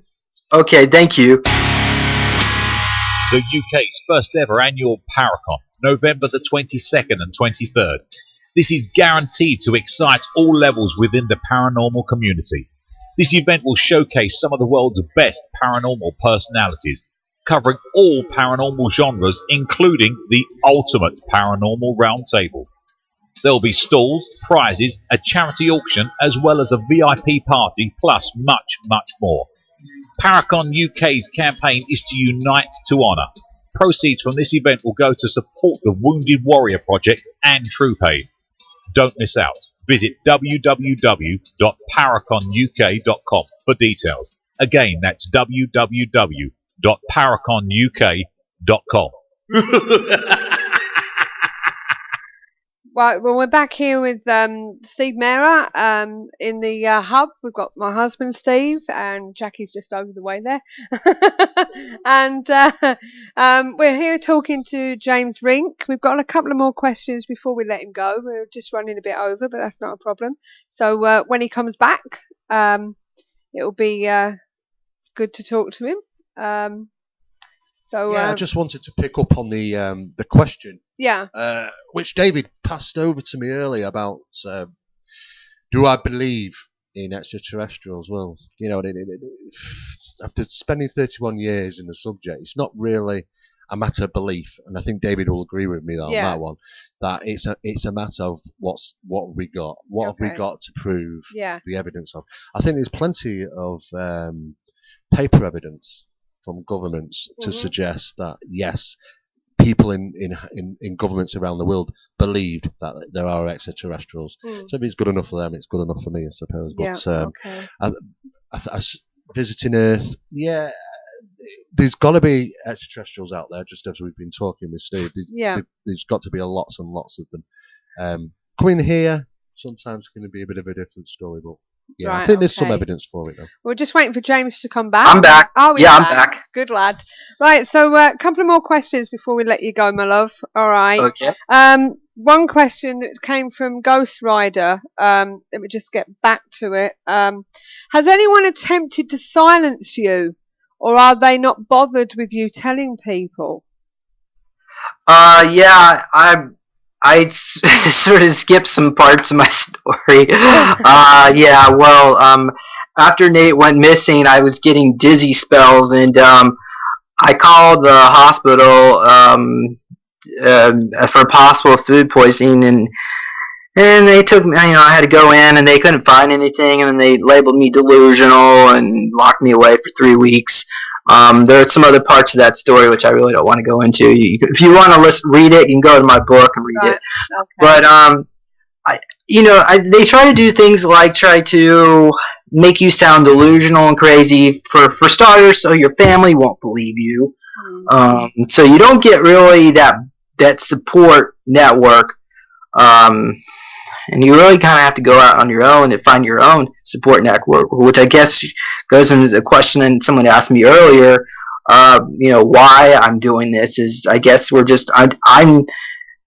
just tired of feeling alone. I'm tired of feeling like I'm the only person that's gone through these experiences, and I know there's others out there, and we just can't get help anywhere we go because the medical community labels us delusional, and unfortunately the government has their secret oaths and classifications, and they won't allow us to access our files. So we're just doing our best to piece it all together. How do you feel when they look at you and think that you are delusional, and maybe this is just some fantasy come up from X-Files or Universal Soldier or something?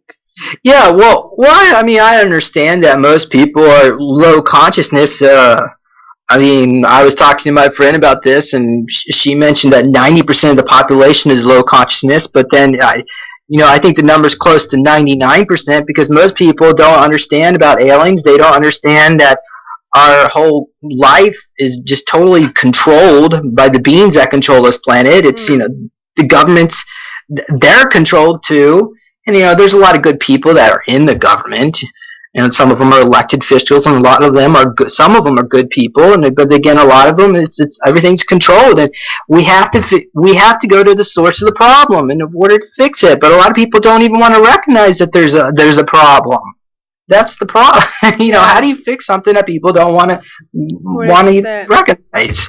Dave Lloyd said, "Can you tell us a bit about your implants?" It appears that most of my implants would be the nanites.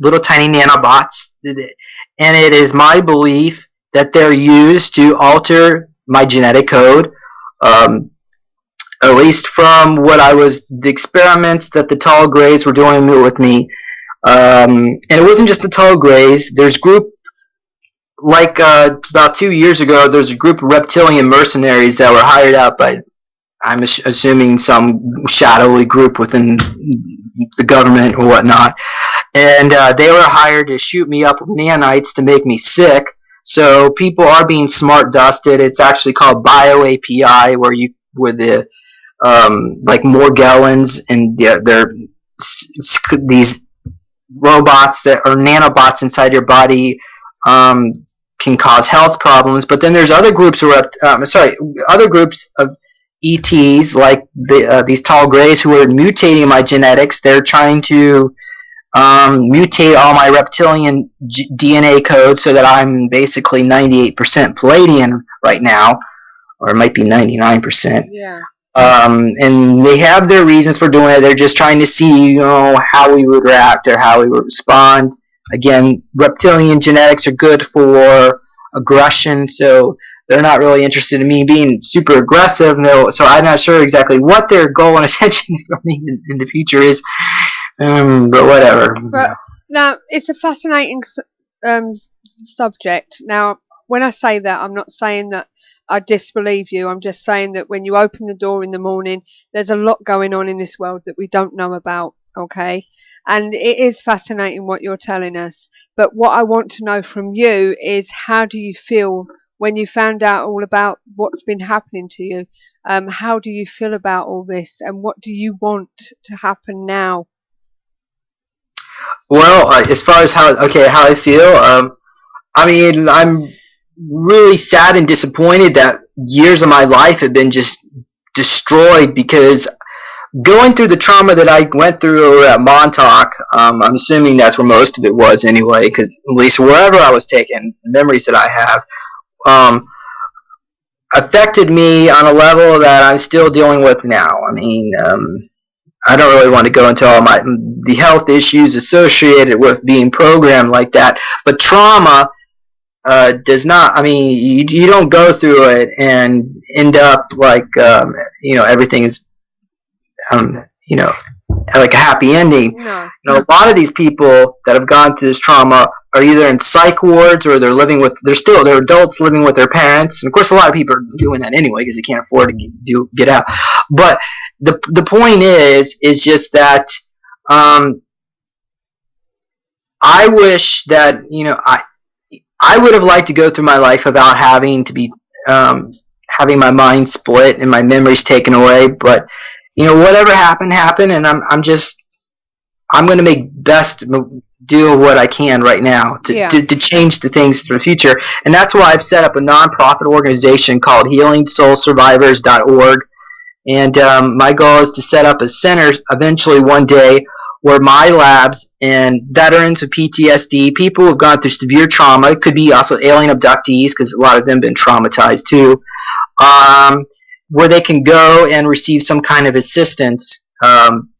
So, I mean, that project may be 10 years down the road. I don't know. It all depends on whether I can get some funding for that. But, that's again, that the whole thing about money sort of runs the planet. Yeah.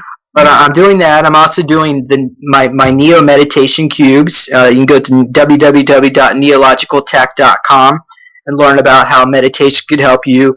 I actually make these devices myself to help you meditate and increase your meditation experience by increasing chi in your body. Okay. So go learn about the meditation cube. That'll help you out. So there's things that we can do now. It's not much, but it's to start. Right. And what other websites have you got, James?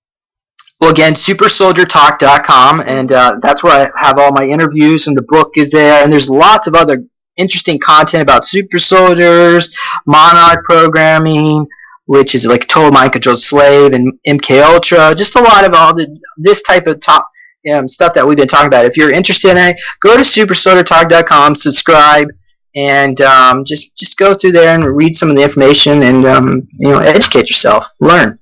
Right, okay. Well, thanks very much, James. It's been very highlighting what you've been telling us. Very, very interesting subject. And I'd just like to wish you all the best of luck, and hopefully that you will one day live a normal life. Thank you. Thank you, everyone. Okay, thank you very much. Thank you, James. Bye-bye, James. Bye-bye. Well, that was James Rink. Very interesting topic. And thank you, Dave, for putting the sites up there. So, as I say, very interesting topic. He said that was fun. So, as I say, it's people's belief. If that's, we've always said if that's what people believe, then we've got to take their belief. You know what I mean? It's I've no disputing whatsoever obviously what James no. believes. So, well, this is it. It can be overloading It the can. information, and it's very difficult because we assume the people that are listening to these broadcasts Yeah. are the ones that might know some things. That are listening to these broadcasts. Get down. Hold on. Oh, that's better. Hello. Hello, Andy. How are you? I'm trying not to. I'm trying not to laugh too much. No, you've got to be careful now. Come on. I just said we've got to let people, if they believe this, we've got to understand them. Absolutely, yes. As long as they're still taking the medication and keeping their appointments. That's the important thing. I'm sorry, but much of what he said fits the classic narcissistic personality disorder. Towards the end, especially when he was talking about being one of the 1%, the super people. I'm afraid, I feel sorry for the guy. Obviously, he's had some kind of trauma in his life that's made his mind, well, basically kind of retreats into a fantasy world, and that's what tends to happen when the fantasies feed themselves onto each other and become more and more deluded. The guy needs help. I mean, I must say that this is just your opinion. Absolutely. Okay. Everyone knows that. Everyone knows my opinion. Everyone's got to have opinion, so we take everybody's opinion. I could put on the side there. My main problem was everything he was saying was either in a film or a comic. Absolutely, that's what I found. Yeah. There was nothing in it I've not heard before somewhere else. That's the problem. There's nothing in that. And he said it himself when you were talking about sort of scientific research. There is no evidence other than anecdotal stories. Well, Dave Noyes said he's not alone in his thinking MK Ultra is a fact. Yeah, he's not alone in thinking that the world's flat. Yeah. Not alone in thinking Father Christmas exists. Not alone in the world thinking it's a tooth fairy. I'm sorry. Come on, Steve. Answer, man. MK Ultra. Yeah. To some degree, yes, it did exist. MK Ultra definitely existed. There's no two ways about it. It was his mind control program in the early 60s. It didn't bloody work.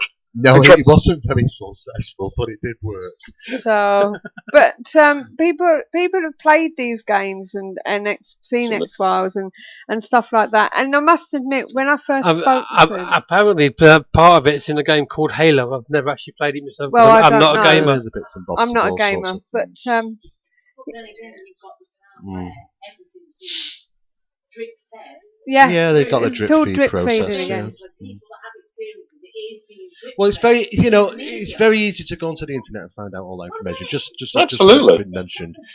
I mean, there has been talk about the Dracos, which is straight out of the film Enemy Mine. There's been talk about Neo, and the Neos were superhuman characters in the Marvel comics many years ago. Is that their way of drip feeding it through to us? Well, this is this is it's just good writers and fantasy ideas. That's the pinnacle of it. All. This is where people say, Yeah. We all know Do we? that aliens are on this earth. Do we?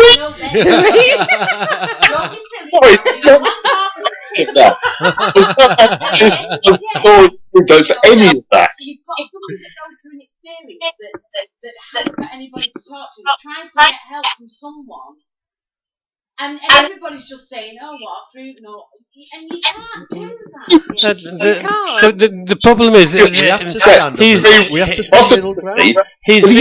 he's been to the hospitals and he's been. Well, he stated in his own words, and it's James' own word, he said on 5 occasions that they believed he was delusional. Yes. But if I was to turn around and say to you that my grandfather was reptilian, would you sit there and look at me and say, right, okay, Jack, looking at you now, yes. I'm sorry, but you asked for that one.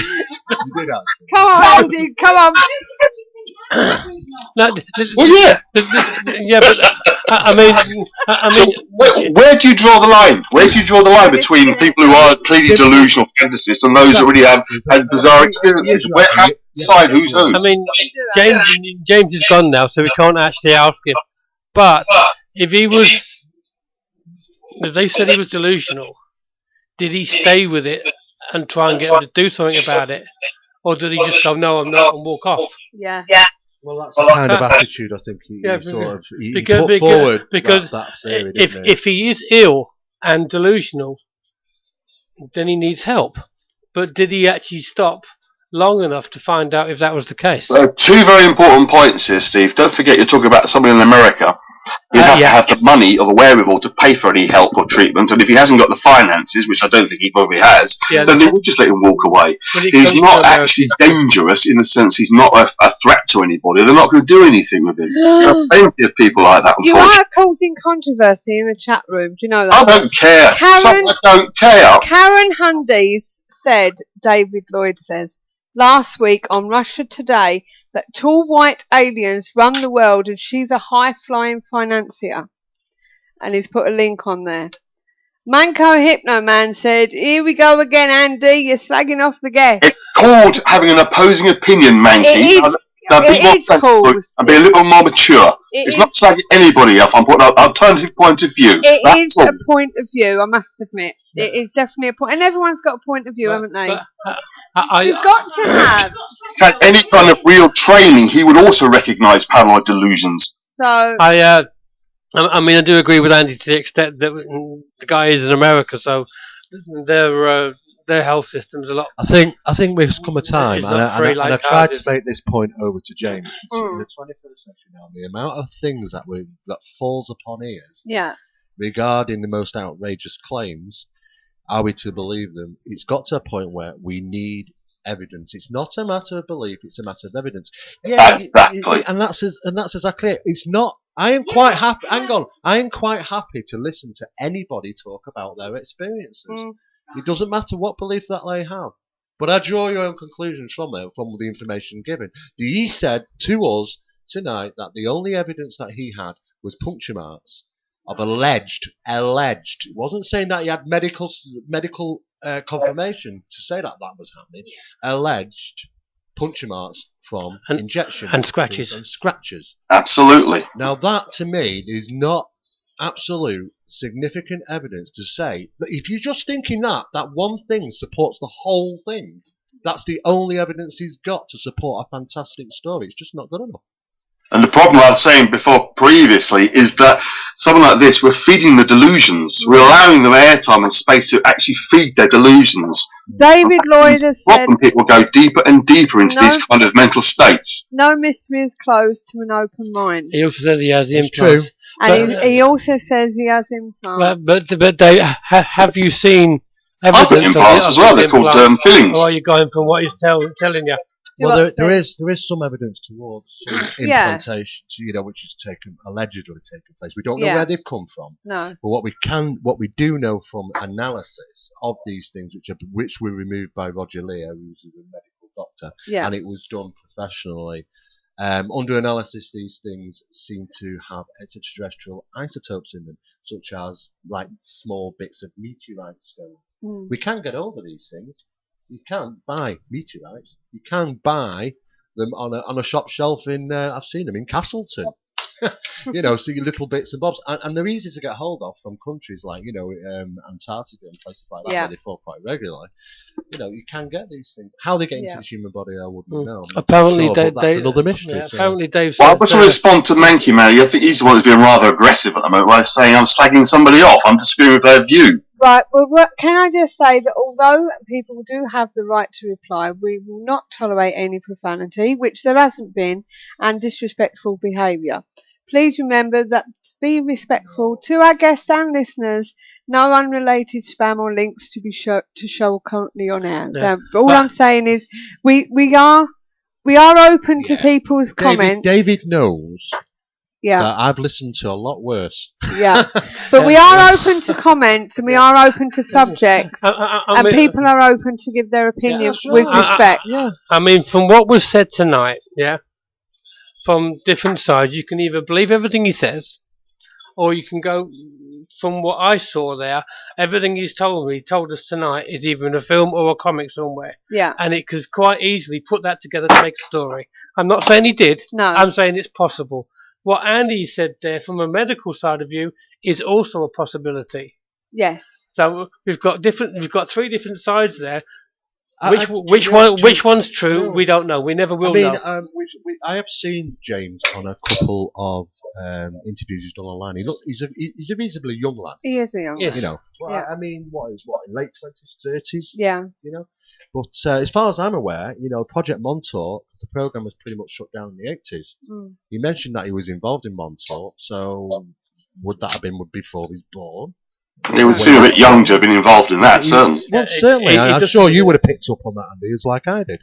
Absolutely. So, I mean, it's okay talking about all these things, but he's got to accept the fact that, you know, it's got to fall in to the historical events of these programs. I'll be honest with you. I actually worried about the Compass saga causing controversy, and it's been this one. No, do you know what? James has done a great show because it has, and this is what creates a good show: controversy. Because it's causing debate, it's causing interest. It's people from different beliefs are coming together and trying to figure out. We're all trying to figure out what it's all about, why people do this.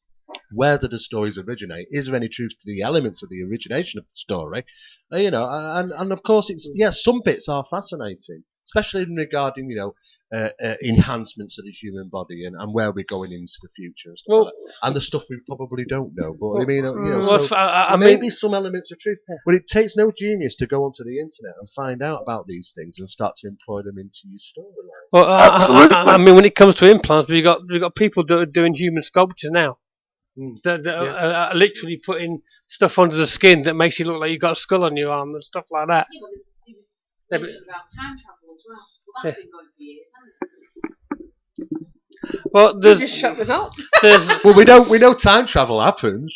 Because we have atomic clocks, and if one goes up on Concorde, which it did, which was a test when Concorde was flying, when they brought back down, one of the atomic clocks was out. It was because we know that when astronauts go out to space, there's a differential in time. It might be minute, but the further away you get from gravity, it alters the world. So we know. Absolutely correct. Yeah, and we've all seen pictures of modern day people in Charlie Chaplin films, but yes. I don't think there will be mobile phones. But having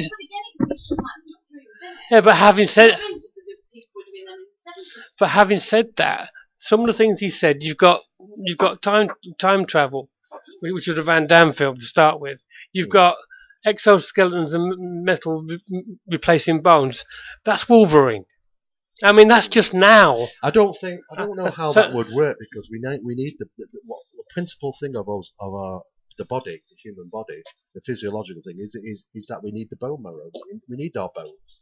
Absolutely. If we're going to change them to metal, we just simply wouldn't survive it. Absolutely. Dave Lloyd has said, thing is, if you believe in aliens, it's fair to assume they also have to have the tech which they share through a drip effect that we have to pay for. Isn't that out of Men in Black? Yeah. Venture the microwave, etc.? I understand where David's coming from regarding if you were to accept the fact that extraterrestrial, there are a number of stages involved there. Yeah. The first stage is, do we believe in extraterrestrials? And like I said before, it's not a matter of belief, it's about our evidence at the end of the day. Yeah, I believe there's enough evidence to support the fact that, yes, extraterrestrials live out in solar systems or in galaxies and so on. Is there enough evidence? No, I'm sorry, I've got to stop you there. Yeah. Do they live out in the outer? Or are they interdimensional beings, or are they actually in the Earth in the first place? If the science that we're taught is true... Because we're getting told about all these different types of aliens. Yeah, if the science that we're taught is true, there are countless planets out there, like Earth, but not necessarily would have to all be like Earth anyway for life to begin on it anyway. I mean, it's just what we know so far. Well, it depends on the type of life form, just going off the mathematics alone, it's an improbability that life, an extraterrestrial life, couldn't be living out there. It's also a further improbability because Earth is considerably very young. Our sun is considerably very young, considered to other planets and other stars. That their life has reached a certain technological stage, a huge jump in advancement than where we are in technological. Right, but can I put to you that because we're so young, these more advanced systems are coming to see us to see exactly where we are. Could be. How we're It involved. could be. I mean, I can't say for sure. I mean, we say that people coming from... There's always a possibility. We would do the same, wouldn't we? If we found life on another planet, lower to ours, in technological, we would do the same thing. UFOs seen out and about, they're obviously monitoring. Yeah, I mean, we know that UFO phenomena is real. I've seen them myself, so we know that I read something last week from an ex-Russian KGB general type fella, and he was actually telling us that they could produce 100% if they increased military action. There was always UFOs turn up. Yeah, well, that's true. I mean, they were seen during the Gulf War before on TV by news crews. So that would be a reason why, like you said, whenever there's a war, there's UFOs. I call them NLBs, nosy little buggers. That'll do. Because that's exactly what they are. Yeah, they're here to did watch. it through the Second World War with the Foo Fighters, The what? The note Foo Fighters, the Balls of Light. Oh, right, okay. I thought that was what they were, but yeah, that's what existed. I thought that was a band. That's where the name comes from, Steve. But I believe that there is things flying out there. We don't know what really they are, but just because they're unknown, do we go as far to say they're extraterrestrial in origin, they're travelling to our planet from God knows elsewhere, and these are the reasons for it? It's a lot of extra thrown on top there, which is speculation, when we're just drawn straight away to, yes, the factual thing is unidentified flying objects are real because they're unidentified and they're flying objects. And they have been seen. Absolutely. But that's all we know about I've just been asked the question, is this still about keeping the paranormal friendly? Hey, we're all friendly. I think the world of James. What's that to do with the price of fish? I think he did a great job tonight coming on here because he's done exactly what he should No, have done. it's about discussion. People out there will actually check into James now. They'll want to find out a little bit more. He's given the website details over. Yeah, it sparked interest. It sparked a little bit controversy. Yeah, but that's what a radio station does, and that's what it's good. So I think it's kept and I'm sure when Sue puts up on the replay, she'll put some of his links up there so people can look for themselves and make up their own mind. I know a few people involved in that subject. Miles Johnson is one of them. I know a few of them. I've talked in length many times with them. And it's like Dave said, people don't know about this stuff, and it was different. It was different. It was different. I mean? You don't hear this sort of thing every day. No, you don't. No, it's nothing true that's the norm. And whether it's delusional or whether it's not, at the end of the day, there is some kind of thing going on out there. Well, the thing is, it's not. A radio. What we tend to forget is a radio station is just not for us. It's for the listeners. And the listeners have different interests out there, just as Andy does, just as some of the others do. They all have different interests, and that's what a radio station does. I mean, when I was doing another radio station not too long ago, I was sat next to a woman who took a phone call from somebody, and she's relayed this information over to this person that wrote into the station and told us she was a reincarnated fairy. Now, when I'm sat there, where do I go with that sort of thing? It's down to what you personally believe a lot of the time. I can't take it away from these people. These people are dedicated. Yeah. And they do put a lot of time, a lot of effort into them. If they're deluded or not, they are attributing and contributing to a subject of mystery, controversy. Yeah. And there are a lot of people out there into this MILAB.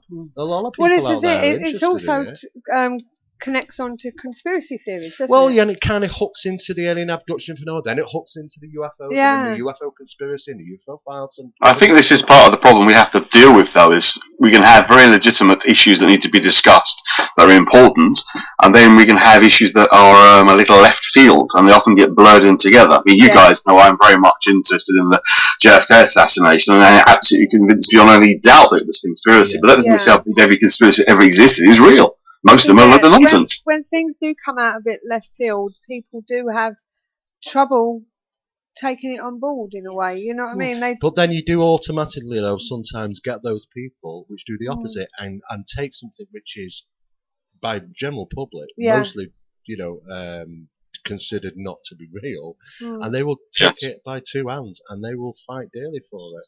You know, because Well, individualism. Well, I that's what do it's wish all about. James all the best of luck, as I said to him, and I hope that he does get where he's looking for. You know what he Yeah. wants. Yeah. He does want answers, really. If he's going through Unfortunately, this, we we can't can't give him the well, there may answer. be some of the Unfortunately, I answer. think if he's been told 5 times he's delusional, he's got the answer. He doesn't like the answer. Could be. That could be. I'm just being honest. You got to, the whole point is, we've had a discussion before about somebody else who was on some time ago, about a year ago, I think.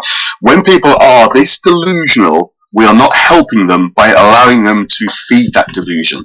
That's my concern. And I used to, I work privately. I've also worked in the NHS. I have seen what can happen when things are allowed to go too far. And people are allowed to, their fantasies get fed by those around them, and things happen. It is true. Yeah, it's spot on that. Well, we do fear the delusion, but Dave Lloyd. at the same time, it's a show. It's open to people who, Yes. deluded or not, Yes. can come in and talk about their delusions or not. Exactly. Oh, yes, certainly. Well, certainly. Dave It Lloyd, remains harmless. apart from recommending yet another guest, because he recommended James, he's recommended me to speak to Captain Mark Richards. All right. Okay. Who's been on Mars for 20 years, or has worked on Mars for 20 years. He's also said, up Andrew Pasego there. if he's disillusional, he is the most coherent he's ever heard.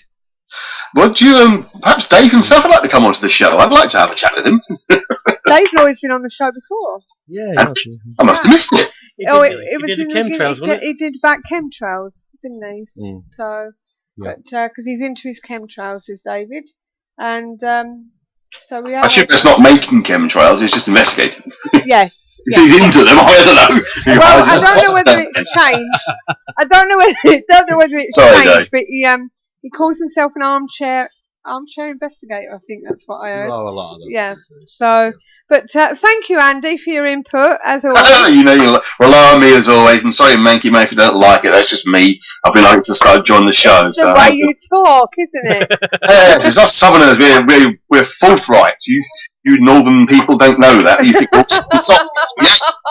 Yeah, I'm an Essex boy. Watch it, man.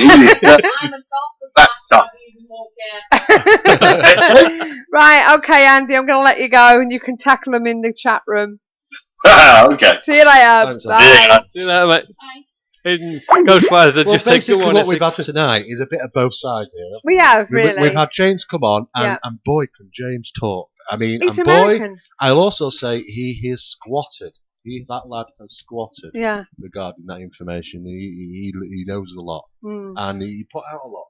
Yeah. In fact, he's probably one of the only guys who's had the most to say. Yeah. Because it's usually the other way around, isn't it? Yeah. I mean, you know me, and I talk quite a bit, and I was quiet tonight because I was just absorbing everything that was saying. And equally, if I'd Andy come on, with a little bit of a different side. It could. Who knows the answer? Yeah. We don't know the answer. No. But we've listened to both sides of the story tonight. We have. It's up to the listeners out there to make their mind up. I mean, like you said, we've had a lot of stuff come through. A lot of it, from my point of view, just my personal point of view, because I can find at least 90% of what he said in movies and stuff like that that's been out there. Yeah. It leaves a big thing to make me think that okay, because of that. Having said that, there is the other little bits on the other side, though, isn't there? Yeah, there's bits there that I haven't seen in the movies which could follow through somewhere. We know that there's little traces of evidence in regard to, like you mentioned about the Nazi involvement, the Project Paperclip, and other little bits and bobs, whereas there seems to be evidence to point towards those things being true. Well, we do know they're tied in with that. We do know there was of a Project Paperclip, and I mean the Nazi super soldier thing has been somewhere along the lines been proved to be a lot of rubbish, but there are parts of what he said that you can find info on out there. And I mean, from Andy's point of view, I can understand he's worried about him from a medical point of view. If James is suffering from delusion, then unfortunately we've not helped him in that way. But if there is any elements of truth to James' experiences, then we've helped him in that manner because he's got the word out a little bit more. I mean, from James's point of view, he could have had some of that, and when you start going online and you start checking things out, it links to something else, the and then first- links to yeah, something else. I understand. And because of that, he could be associating everything Well, else that's exactly with, right. with the what bit you're saying. that I he's already understand. done. Yeah, because you've got to consider if he's had all these traumatic experiences. Yeah. I'd be a bit deluded, I think. Mm. Well, you would, wouldn't you? would. You know, you definitely have some form of problem trying to deal with those events. Yeah. You know, so I mean, it doesn't mean he's not having those experiences. Exactly, because at the same time that he's having those experiences, he's got no one to talk to. He becomes frustrated. But with himself. let's not forget, people who are deluded, right, are in fact believe they are having those experiences. So to him, he is telling us the truth. Yeah. Even if it wasn't. So that's exactly it. That's all right. It's all right. Making sure he's Yeah. picking you up. Yeah, we can just about hear her. Voice in the distance. Yeah. Yes, folks, Steve is not talking to himself. Jackie's Right, okay, we're going to take a break and then we're going to come back to speak to Steve Mera. We've got all the news right here. Don't go away. Fed up of wading through the activities and events that other advertisers include?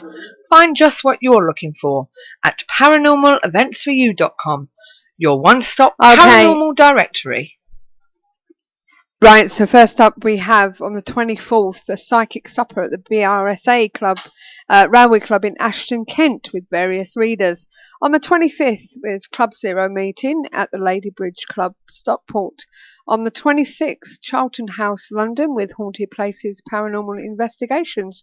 And the 27th is Personal Paranormal at Middleton Hall in Tamworth.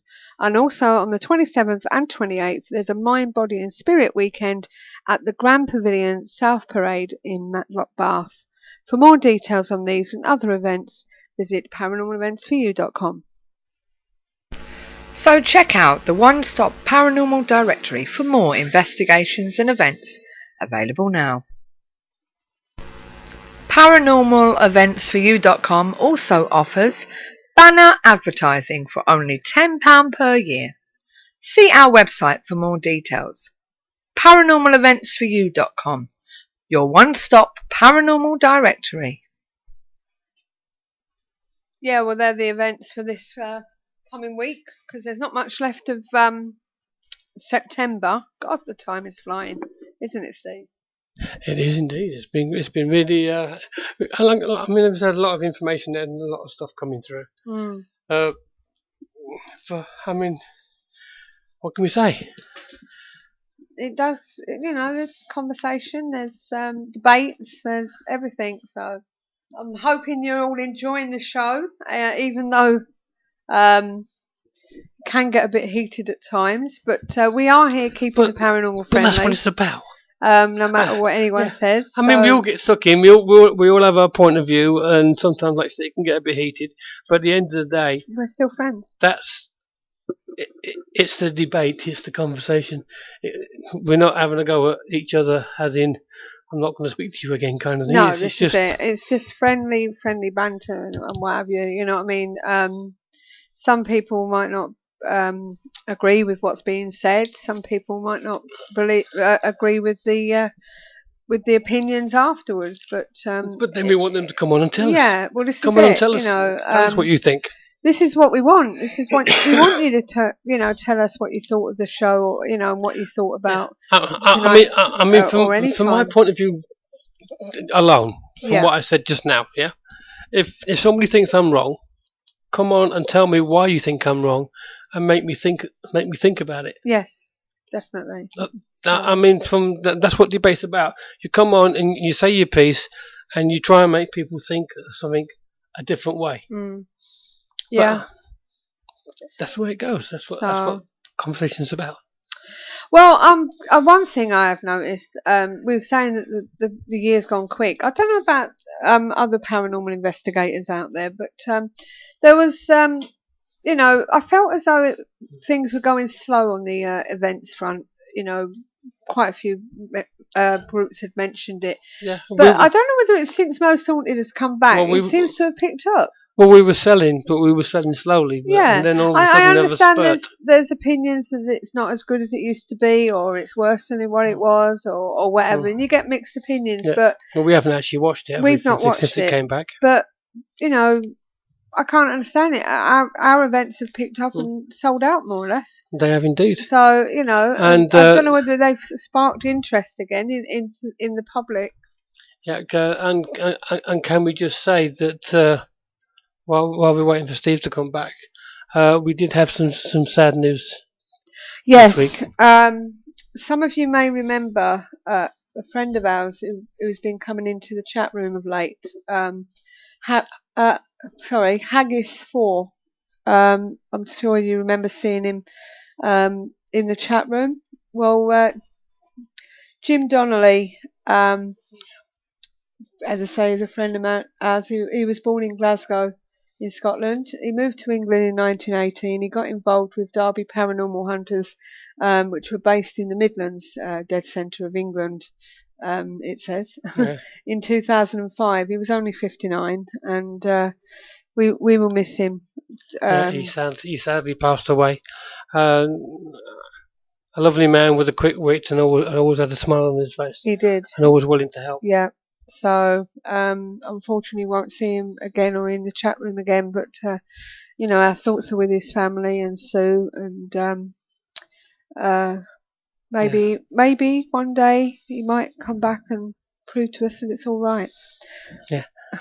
Thing is, now he knows the truth. Yes, this is it. Now he knows the truth. So, gone but sure not forgotten. Very true. He won't be forgotten. No. So, as I say, so I just wanted to acknowledge our friend Jim. So, Haggis 4 to you lot. Thank you very much. So, but when he comes back, he's gone for a cigarette. See, I told you we're a relaxed show. We're going to be talking to Steve about what he's been up to and what he hasn't been up to. Mind you, do I want to know what he hasn't been up to? No. So, but well, we can ask Jackie that. What hasn't he been up to? that he should have done. So, anyway, Steve, you're back. I am. And the dog's back as well. Hello, sweetie. So, what have you been up to apart from this? What's the name? You've got the magazine coming out. We've got a new.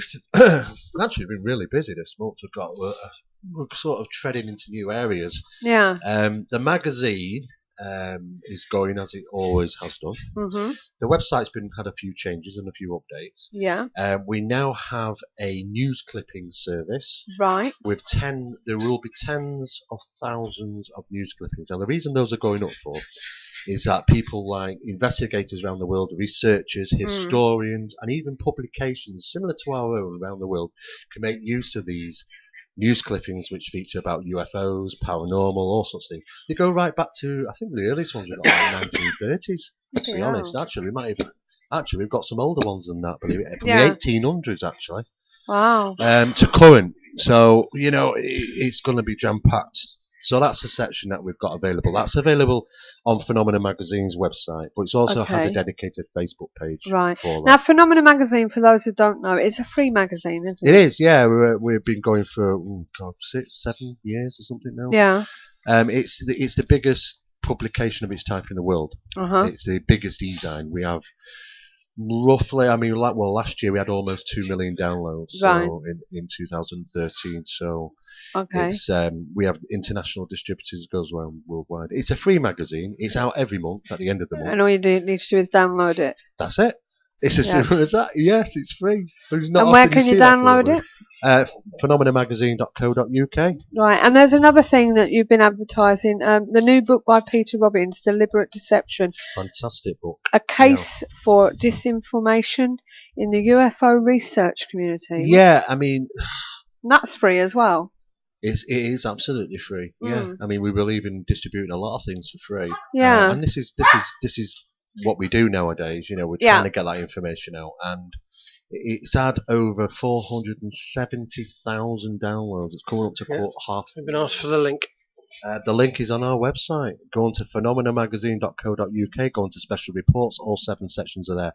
Now, if anybody's into the UFO subject, it'll be impossible for not to know about the Rendlesham Forest incident. Peter Robbins and Larry Warren came together to write a book. It was one of the best-selling UFO books in history, known as Left at East Gate, and recounted the 3 nights and further actually of the incidents, UFO incidents that took place at Rendlesham in Suffolk in 1980, December 1980.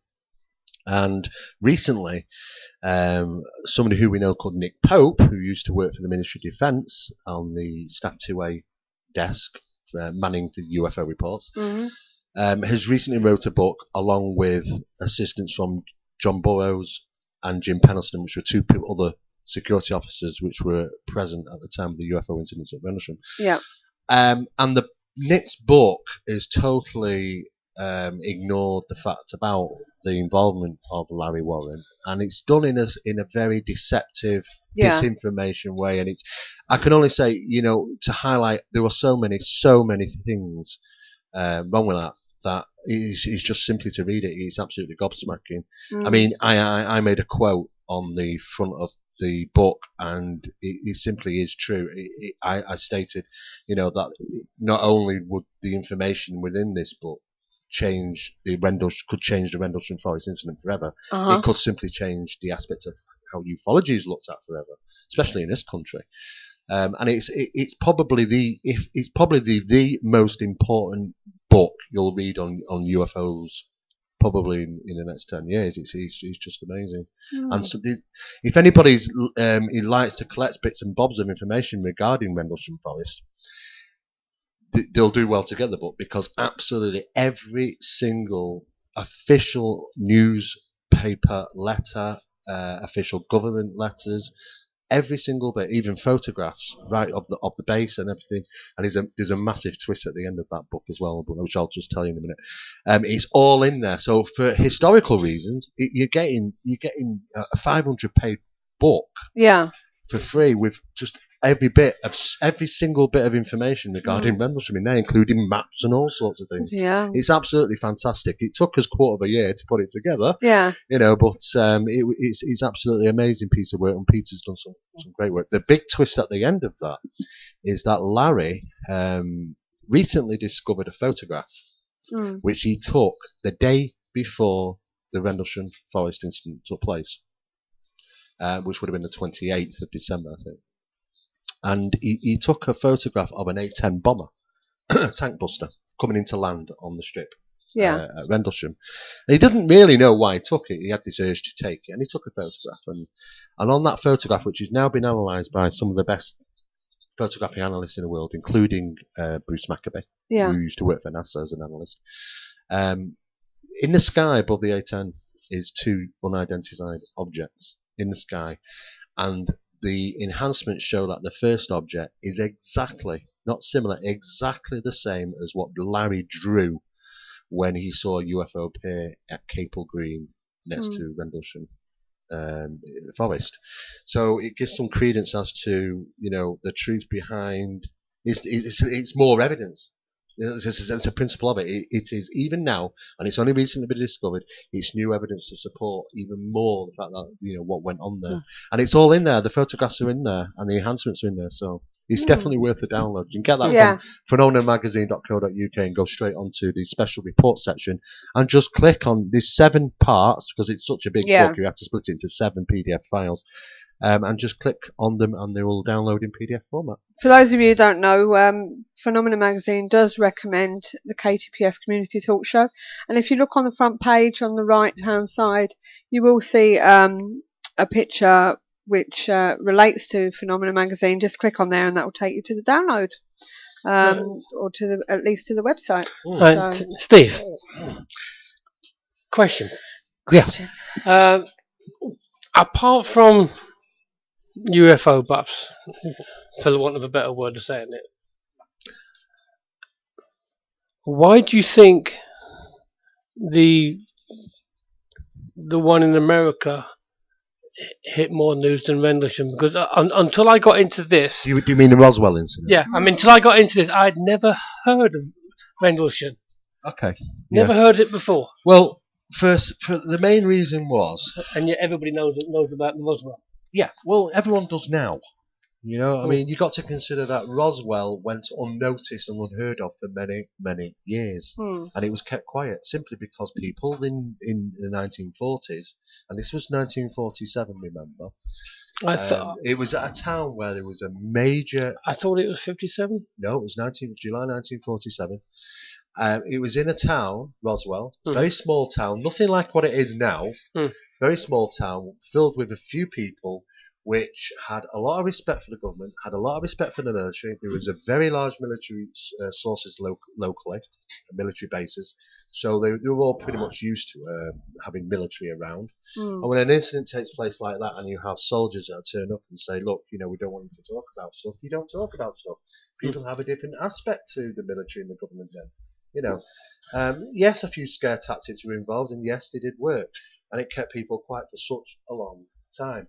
The thing is, with the Rendlesham Forest incident, it was Larry Warren who did the whistleblowing, and it took him a long time to get out. I mean, we have the Holt tape.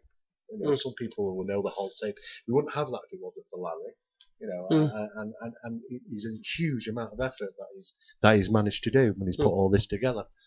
It was kept quiet for such a long time, Roswell. Rendlesham, not so much. In fact, when we did start hearing about stuff that went on over here in Rendlesham, people applied to the Ministry of Defence to get the information, and they said they didn't have any. In fact, the information came from the States because it was an American facility. But it was only when we got the information from the States that the Ministry of Defence started to come out with a few bits. So, you know, we had to go back around the world to get the information. But if you wanted to line them both up side by side, the Rendlesham Forest incident certainly outweighs Roswell by far, because the amount of witnesses that are currently alive, that can still testify, that are still attributed to a case, which is still really ongoing, to tell you the truth, because, you know, there's no satisfactory explanation has been given. Lord Hill Norton, who stated that the Ministry of Defence, under his questioning, said to him that there had been no significant defence, no defence significance, at that location. Well, he obviously clearly stated, well, they had to have been, because one or two events took place. One, that all the men were running around hallucinating, because there were reports, and there was an official report put forward to the Ministry of Defence by Charles Holt, who was a commanding captain of that base at the time, or something really did go on there where UFOs landed. Now let's take into consideration, in 1980, unbeknown to us, when we were all looking, our eyes cast to green and common in regarding nuclear weapons, unknown to us, the largest facility for holding nuclear weapons was in fact Bentwaters and Rendlesham. Oh yeah, Bentwaters. And he said, sorry to contradict you, but it was out before Warren. It was out before Warren. Yeah, what was the news was out there before Yeah, Warren and did. he's saying many other people involved said that Warren was not there. Yeah, a few people have said that, but that's absolutely not true. Right. Okay. There's loads of evidence. You actually just download the book. Have a look at the official letters that stipulates that yes, he was there, okay. And now, it's all there. But the actual Holt tape only came out because of Warren. There's actually a permanent spaceship on Rendlesham Forest now. There is, I saw it. To commemorate they had an event down there recently where Larry was and a few others talking about their experiences that they had there. But going back to aliens and stuff, now we're talking about aliens and UFOs. So going back to James's thing, not necessarily the super soldiers, but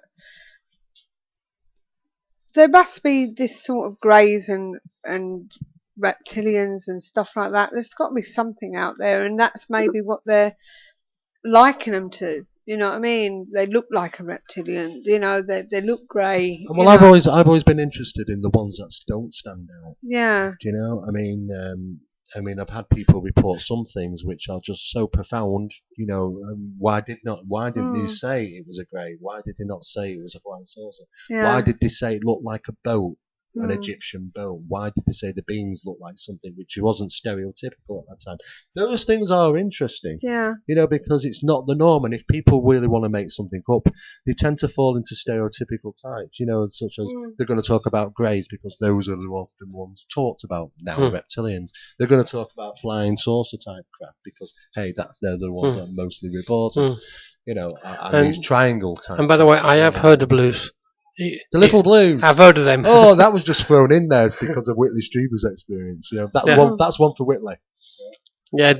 Now there was. I actually was listening to an interview on one of the guests was doing for a subject, and he was actually saying that his main one was the praying mantis type. But he was saying the little greys were there to heal, and the blues were. And he had blues on his story. The problem is we just don't know really what to believe, do we? No, this is it. This is the problem. And like I say, when it puts you into a space where you don't know what to believe, the best way to deal with it is throw belief out the window and start looking at evidence. Yeah. And I did that, man. I mean, I had loads of beliefs years ago. I've been in this subject for 31 years. Yeah. I imagine the amount of beliefs I've had in that. Oh, yeah. This swing and change, and as I've learned and grown in this subject over the years, you come to a decision where you have to make a ruling and draw a line, like you said about drawing a line. And that line is drawn where you say, okay, I'll accept the fact that I'm quite willing to listen to all these people's beliefs, but for my own, you've got to sort of start looking at evidence. And I mean, unfortunately, a lot of it, we, especially being on the radio show, we just can't have the evidence. No. And I mean, I'm not saying it doesn't exist. What I'm saying is that you never make it a fit ruling until you can probably. Yeah. Going back to Rendlesham, what do you make of the difference between Holt's version and Warren's version? Holt's line, end of story. Okay. And the proof for that? I don't want to get into this because I'm talking about somebody else's work here. Okay. Read the book, guys. It's free. Okay. And it's not sales ploy because there's no price on it. Yeah. Okay.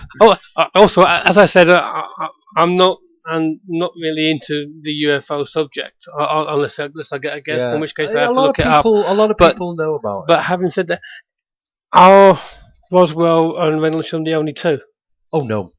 That have been that big? Are we talking? They're the biggest in the media line, should we say? But there are quite a number of other ones, which don't tend to get talked off to. But people, the serious ufologists. Is that because they're suppressed, or just no? Just people just don't really they're take overshadowed by the more common ones, or the most, the more talked about ones. It's just like they're overshadowed. I mean, before Rendlesham Forest incident took place, people were talking about Roswell. Before Roswell, they were talking about the Aurora incident. Before that, and numerous other ones, and it's really that's really weird because I say I'm not interested. I have heard of the Aurora incident. There you go. And yet, you'd be surprised. You do actually know more than you think. Well, we're going to have to call this one to a stop now, I'm afraid. Yeah. So, and just to let you know that what we've got coming next week. Coming soon. We've got Richard Hawkins from Staffordshire Paranormal Investigation Team.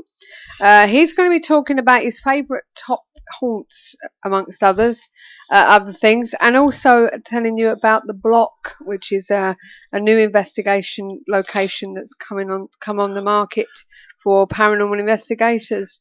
So that's what we're talking about next week. Yes, and the Block being one of the ones that we will be visiting. Yes, definitely. Amongst others. Now, don't forget, if you would like to be on the show, then email us at admin@ktpf.co.uk. We're always open to discuss any specific area of this genre, including ghosts, monsters, psychic phenomena, or other supernatural and unexplained mysteries. Remember, this is your show too, so get involved, okay? And so we hope you've enjoyed tonight's show and look forward to having your company again next Sunday at 8 p.m. on www.ktpf.co.uk. Steve, thank you very much for joining us. That's okay. It's been a pleasure. I've enjoyed it tonight. I've enjoyed it. And I just want to say, just on finishing that, I want to thank James for coming on. Yeah. And the information was overload, wasn't it? Really. Oh, yeah. It gives a lot of people out there a lot to think about. Uh-huh. And that's good, I suppose, in that sense. Well, what we got to do now is listen back to it, write down some of the stuff, and then go and find it if you can. Well, that guy, he must be on serious batteries because he can talk, can't he? Well, he knows his stuff. He got it out, yeah. and do you know what? He has so much to say in such a short time. Yes. He did well. He did well. He really did. He's a Duracell bunny. But thanks again for coming. As You're I say, welcome, it's been too long. Well, I know, and I always say, I'm so much going on at the moment. It's mad at the minute, and I've got the rest of this month is lined up every single day with lectures. Yeah. October, our own event, and so much going on. Hopefully, when we come to the latter part of this year, I'll have a bit more time. But yeah, one project after another at the minute. And can we also thank Jackie for putting a little bit in? Thank you. Yeah, good old Jackie. Right, well, thank you again for listening to the KTPF Community Show, recommended by Phenomena Magazine, the UK's leading online publication, and sponsored by Craigienos Castle, South Wales, one of the most haunted castles in Wales. For more information on ghostly and ghastly events, including fright nights, all-night investigations, and hen parties that will probably be hosted by Paranormal World, visit www.mosthauntedcastle.com. So until next time. And can I just stop you there before you do? Andy's just come up and said, "Great mag, by the way." Great mag. Do you know what? He's a great guy, Andy. I think the world of it. Let's hope I get a chance to have a better talk with him next time. Yeah. Okay. So until next time, remember, and you can join in with us as well on this. You ready, Steve? Ready, Steve? Keep the paranormal friendly. Good night, everybody. Good night. This is where it's at.